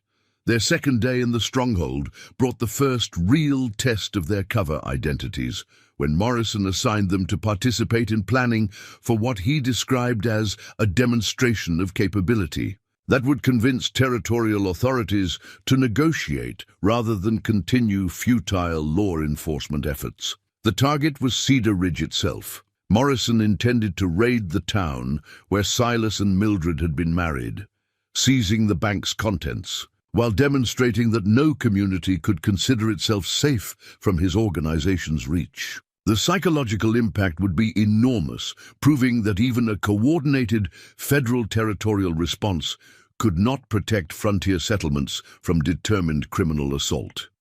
Your knowledge of the town's layout and habits will be invaluable, Morrison explained as they studied maps of Cedar Ridge's streets and buildings. Local intelligence can mean the difference between clean success and costly complications. Silas found himself in the impossible position of having to provide tactical advice for an assault on people he had known for years, while Mildred faced the equally difficult challenge of helping plan an operation that would endanger everyone who had attended their wedding just weeks earlier. Yet their federal training had prepared them for exactly this kind of moral complexity. The only way to minimize casualties and protect the community was to ensure they remained integral to Morrison's planning process, where they could introduce subtle modifications that might reduce violence while gathering intelligence about the criminal organization's broader activities. The town's basically defenseless, Silas reported with apparent satisfaction, while actually laying groundwork for recommendations that would protect civilian lives. Judge Hartwell has a pistol, Doctor. Whitmore owns a shotgun he's too drunk to use effectively, and most of the other men have hunting rifles, but no military experience. Excellent. We'll plan for minimal resistance during the actual operation. Mildred added her own observations about the town's routines and vulnerabilities, carefully steering the conversation toward tactical approaches that would limit civilian exposure while appearing to maximize operational efficiency. Market day brings everyone to town, she noted, but it also creates confusion that might provide cover for escape routes if something goes wrong. Or it might create hostage opportunities if negotiation becomes necessary, Morrison replied with casual brutality that reminded both operatives of exactly what kind of man they were dealing with. As planning continued throughout the day, it became clear that Morrison intended the Cedar Ridge raid to serve multiple purposes beyond simple robbery. The operation would test his organization's ability to coordinate complex assaults while demonstrating to potential recruits that federal law enforcement could not protect frontier communities. More ominously, success would prove to his foreign backers that American territorial authority could be challenged directly without triggering the kind of massive federal response that would interfere with their broader political objectives. The raid was scheduled for the following Saturday, Market Day, when the town would be crowded with ranchers and their families conducting weekly business. Morrison's tactical planning assumed that civilian presence would deter organized resistance while providing human shields if federal forces attempted intervention. That evening, as Silas and Mildred prepared for sleep in the crude quarters Morrison had assigned them, both understood that they faced a crisis that would test every aspect of their training and partnership. They had to prevent or minimize the assault on Cedar Ridge, while maintaining their cover deep enough to gather intelligence about Morrison's broader organization. Failure would mean not only their own deaths, but the deaths of innocent people they had sworn to protect. Their whispered conversation, conducted in a code that appeared to be marital intimacy, but actually constituted tactical planning, established the framework for what would either be their greatest success as federal operatives, or their final mission as anything at all. "The mirror," Mildred murmured against his shoulder. "Tomorrow's weather report needs to include storm warnings." Silas's arm tightened around her in what observers would interpret as affection, but which actually acknowledged his understanding of her plan to warn federal forces about the impending assault. "Timing will be critical," he replied in the same intimate tone. "Too early and we lose credibility. Too late and people die unnecessarily." They were two federal agents posing as criminals who were pretending to be a married couple, while actually being a married couple whose partnership had become the foundation for everything they hoped to achieve. The complexity would have been overwhelming if not for the trust they had built during their brief but intense time together. Outside their rough shelter, Morrison's sentries maintained careful watch over approaches to the stronghold, while the criminal leader himself planned an assault that would demonstrate the obsolescence of territorial law enforcement. Inside, two people who had found unexpected love while serving their country prepared to risk everything they had built together in service of protecting innocent lives and preserving the kind of justice that made civilization possible in harsh frontier conditions. The final confrontation was less than 24 hours away, and success would require perfect coordination between two people who had learned to trust each other completely despite having known each other for less than 2 months. Dawn was still hours away when they would begin the most dangerous day of their professional lives, but neither slept. Instead, they held each other while mentally rehearsing the tactical sequences that would determine whether they lived to build the life they had discovered they both wanted more than anything else they had ever imagined. Dawn brought the kind of crystalline mountain morning that made the high country seem like paradise, until you remembered what kinds of devils could hide among the peaks. Mildred woke to find Silas already dressed, his movements carrying the controlled tension of someone preparing for combat that would determine far more than personal survival. The signal mirror lay on their rough table like an accusation, its polished surface reflecting early sunlight in ways that seemed to mock their desperate need for communication with federal forces who might or might not be positioned to respond to their warning. Morrison's assault on Cedar Ridge was scheduled to begin at noon, timed to catch the town during peak market day activity, when maximum disruption could be achieved with minimum organized resistance. Federal law enforcement would need at least 6 hours to coordinate any meaningful response, which meant their warning signal had to be sent before dawn to provide even minimal protection for the people they had sworn to defend. But sending the signal too early would alert Morrison's communication monitors to the possibility of betrayal, while waiting too long would render any federal response meaningless for civilian protection. Mildred checked their simple gold wedding ring one final time. its plain band now serving as the key component in a communication system so sophisticated that Morrison's technical specialists had never detected its true capabilities. The ring contained a small but precisely calibrated crystal that would modify the signal mirror's reflections in ways that embedded federal operational codes within. Apparently routine weather reports. Their message would inform federal commanders not only about the timing and target of Morrison's assault, but also about the size and capabilities of his criminal organization, the extent of foreign involvement, and the location of his mountain stronghold.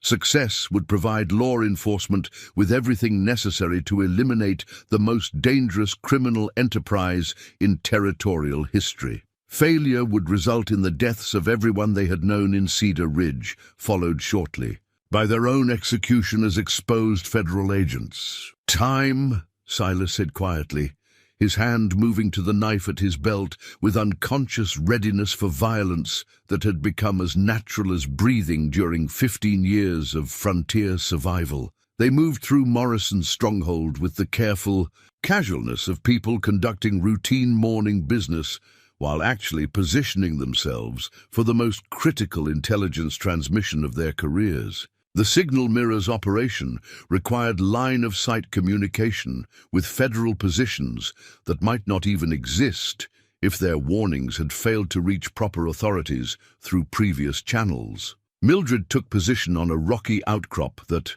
offered views of the valleys where federal forces would stage any response to Morrison's criminal activities. The signal mirror felt surprisingly heavy in her hands, its polished surface reflecting not just sunlight, but the accumulated weight of everything they were risking on a single desperate gamble. The coded message took less than 3 minutes to transmit, but those minutes felt like hours, as she flashed precisely timed sequences that would either save lives or confirm Morrison's suspicions about their true loyalties. Federal agents throughout the territory would receive the intelligence simultaneously, but only if her technique was flawless, and Morrison's monitors failed to detect the embedded operational codes. When the transmission was complete, she rejoined Silas with the same casual manner they had maintained throughout their infiltration of Morrison's organization. Neither spoke about what they had just accomplished, but both understood that they had committed themselves irrevocably to a course of action that would either vindicate their mission or destroy them both. Morrison appeared within minutes of their return to the main camp, his timing suggesting either coincidence or surveillance that had detected their morning activities. "I trust you slept well," he said, with the kind of false joviality that masked careful observation of their reactions and behavior. "As well as can be expected before important work," Silas replied evenly. "Indeed, important work that will demonstrate capabilities your federal friends have consistently underestimated." The direct reference to their government connections struck like a physical blow, confirming that their cover had been compromised more completely than they had realized. Morrison knew exactly who they were and what they represented, but was allowing them to continue their deception for reasons that suddenly seemed far more sinister than simple overconfidence. "I'm not sure what you mean by federal friends," Mildred said carefully, maintaining her role despite growing certainty that Morrison had been manipulating them from their first meeting. Morrison's smile contained no warmth whatsoever. "My dear Mrs. McGraw, your professional qualifications were precisely why I arranged for your recruitment to my organization. Did you imagine that your marriage to a fellow federal agent was mere coincidence?" The revelation struck them both like artillery. Fire! Not only did Morrison know their true identities, but he had somehow manipulated their entire relationship from its beginning. Their marriage, their partnership, their growing love for each other. All of it had been orchestrated by the criminal leader for purposes they were only beginning to understand. "The question now," Morrison continued with obvious satisfaction at their shocked expressions, "is whether you continue serving federal interests that have consistently undervalued your capabilities, or embrace opportunities for advancement that make full use of your considerable talents. Silas felt rage building in his chest like pressure behind a dam, but his training prevented any outward display of emotion that might compromise whatever tactical advantages they still possessed. Beside him, Mildred maintained perfect composure. Despite learning that their most intimate relationship had been manipulated by someone whose criminal ambitions extended far beyond anything they had imagined. "What kind of opportunities?" she asked with apparently genuine interest, while actually buying time to assess their tactical situation and available options. "The kind that establish new forms of territorial authority when old forms prove inadequate. For frontier realities, Washington's approach to law enforcement has failed consistently to address criminal organizations with sufficient resources and intelligence to operate beyond traditional jurisdictional boundaries." Morrison gestured toward his sophisticated military installation as evidence supporting his political theories.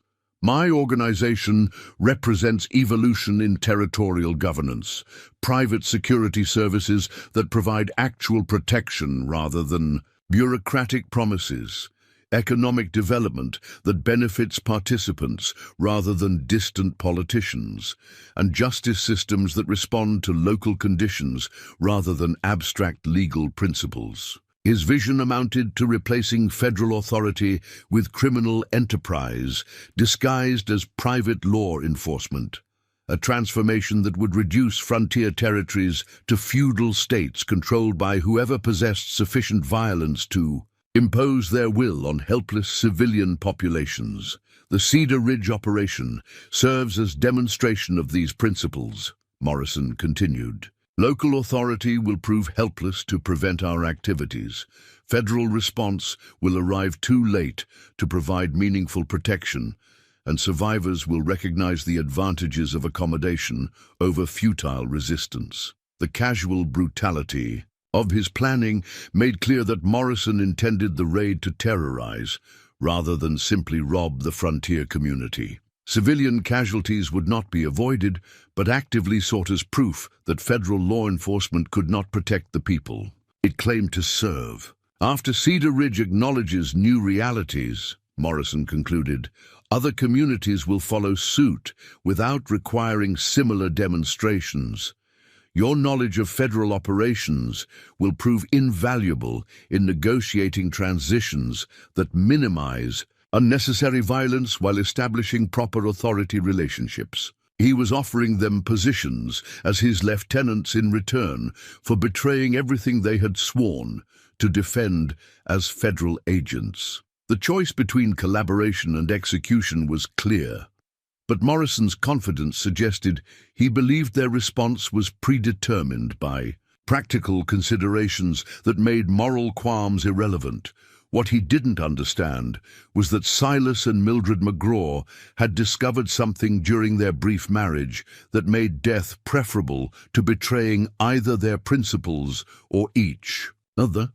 Their partnership had created bonds stronger than any threats Morrison could devise, and those bonds would sustain them through whatever confrontation was about to occur. "How much time do we have to consider your offer?"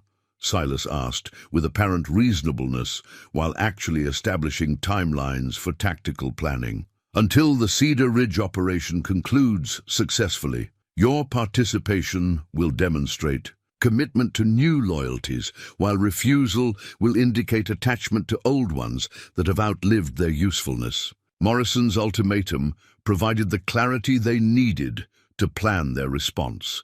They had perhaps 4 hours to prevent or minimize the assault on Cedar Ridge while eliminating the criminal organization that threatened territorial stability throughout the region.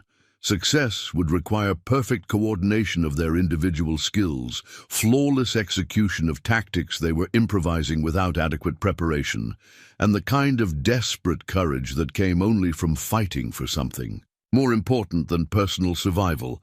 As Morrison dismissed them to prepare for the day's activities, Silas and Mildred walked calmly toward their assigned quarters, while actually beginning the final phase of their mission as federal agents and their first true test as partners who would either triumph together or die together. Their wedding ring had already transmitted intelligence that would bring federal forces into position to respond to Morrison's assault. Now they had to ensure that civilian casualties were minimized while gathering final intelligence about criminal operations that threatened the entire territorial system of law and order. The afternoon would determine whether their marriage had been manipulated by criminal enterprise or blessed by Providence with exactly the partnership necessary to preserve justice in a harsh frontier world. The sun was setting behind the western peaks when Silas and Mildred McGraw finally returned to their mountain cabin, carrying with them the satisfaction of a mission accomplished and a partnership proven stronger than any force that had tried to destroy it. Cedar Ridge had been saved. Morrison's criminal organization had been eliminated. The foreign conspiracy to destabilize territorial authority had been exposed and defeated. Most importantly, their marriage had survived revelations and challenges that would have destroyed relationships built on less solid foundations. The federal response to their intelligence transmission had exceeded every expectation.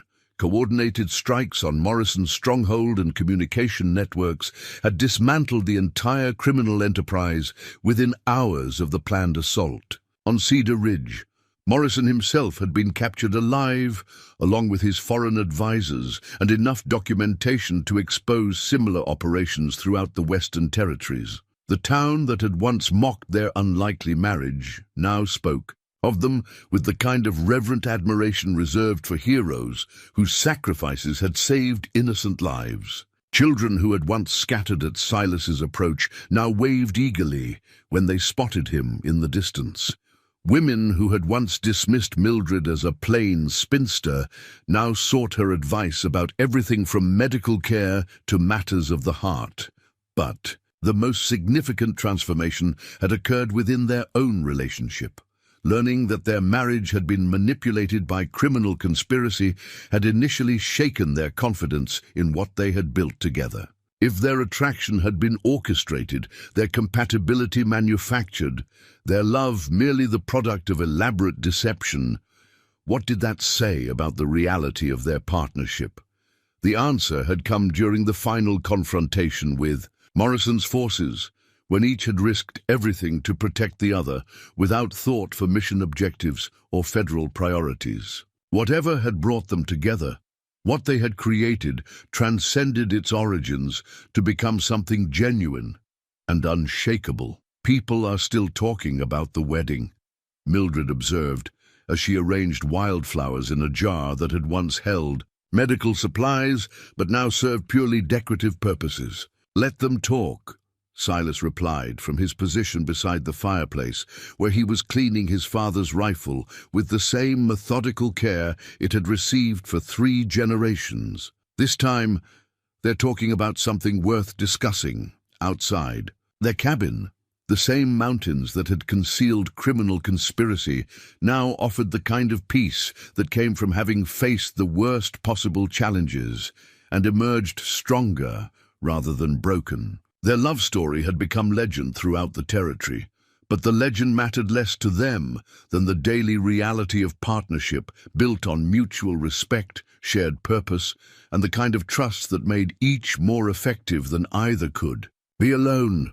A new wooden sign hung beside their front door, hand-carved with simple elegance that reflected Silas's craftsmanship and Mildred's sense of design.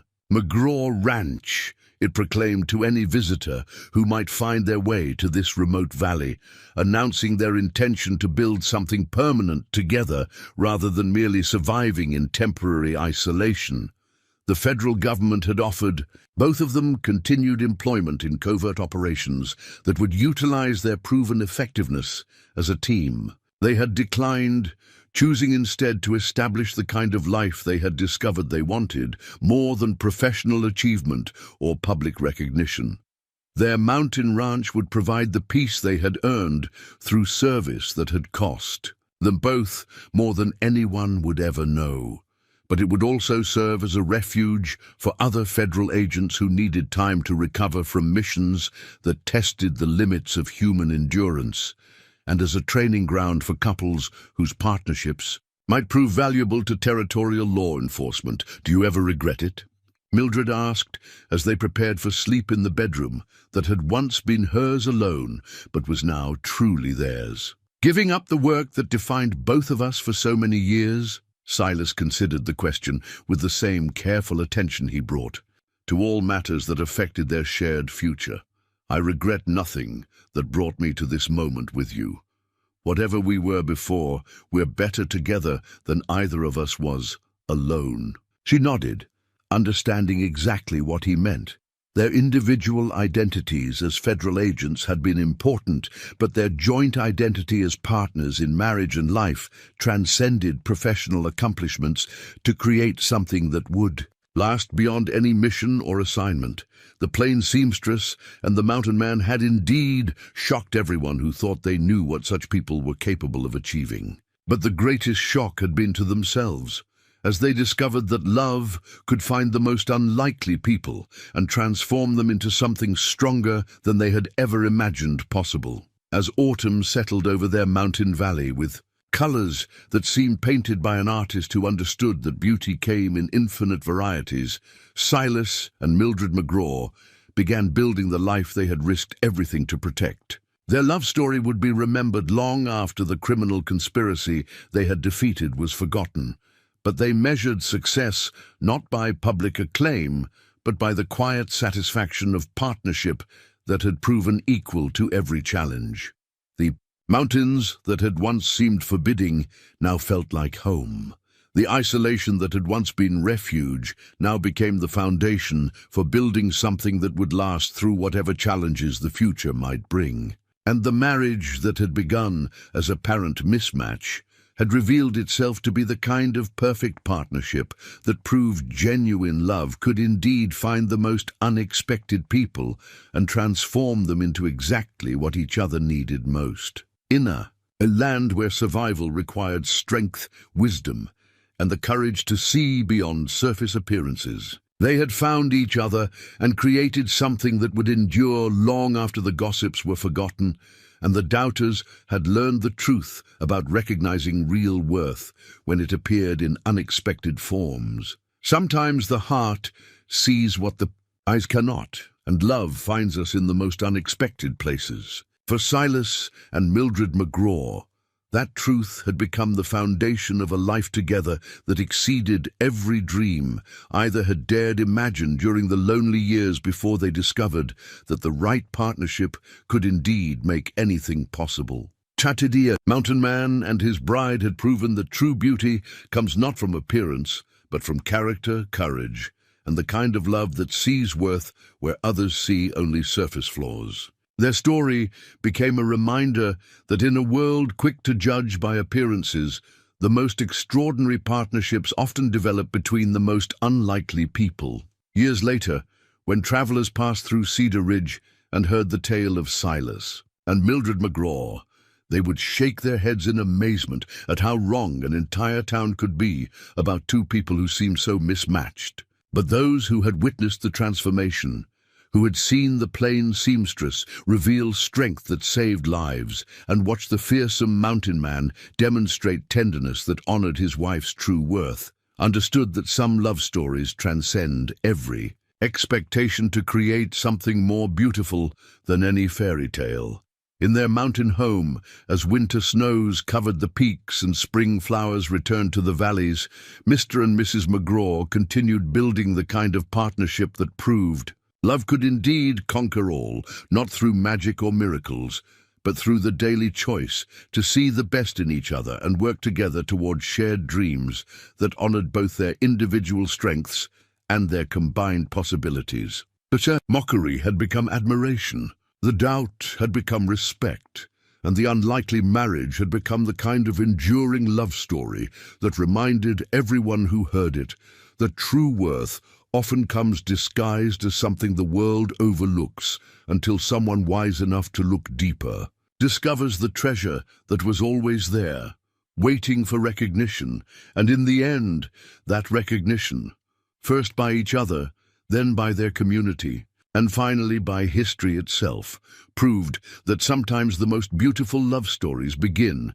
with the simplest truth, that the right person will see you exactly as you are and love you not despite your imperfections, but because of the unique combination of strength, wisdom, and heart that makes you exactly who they need most in this world.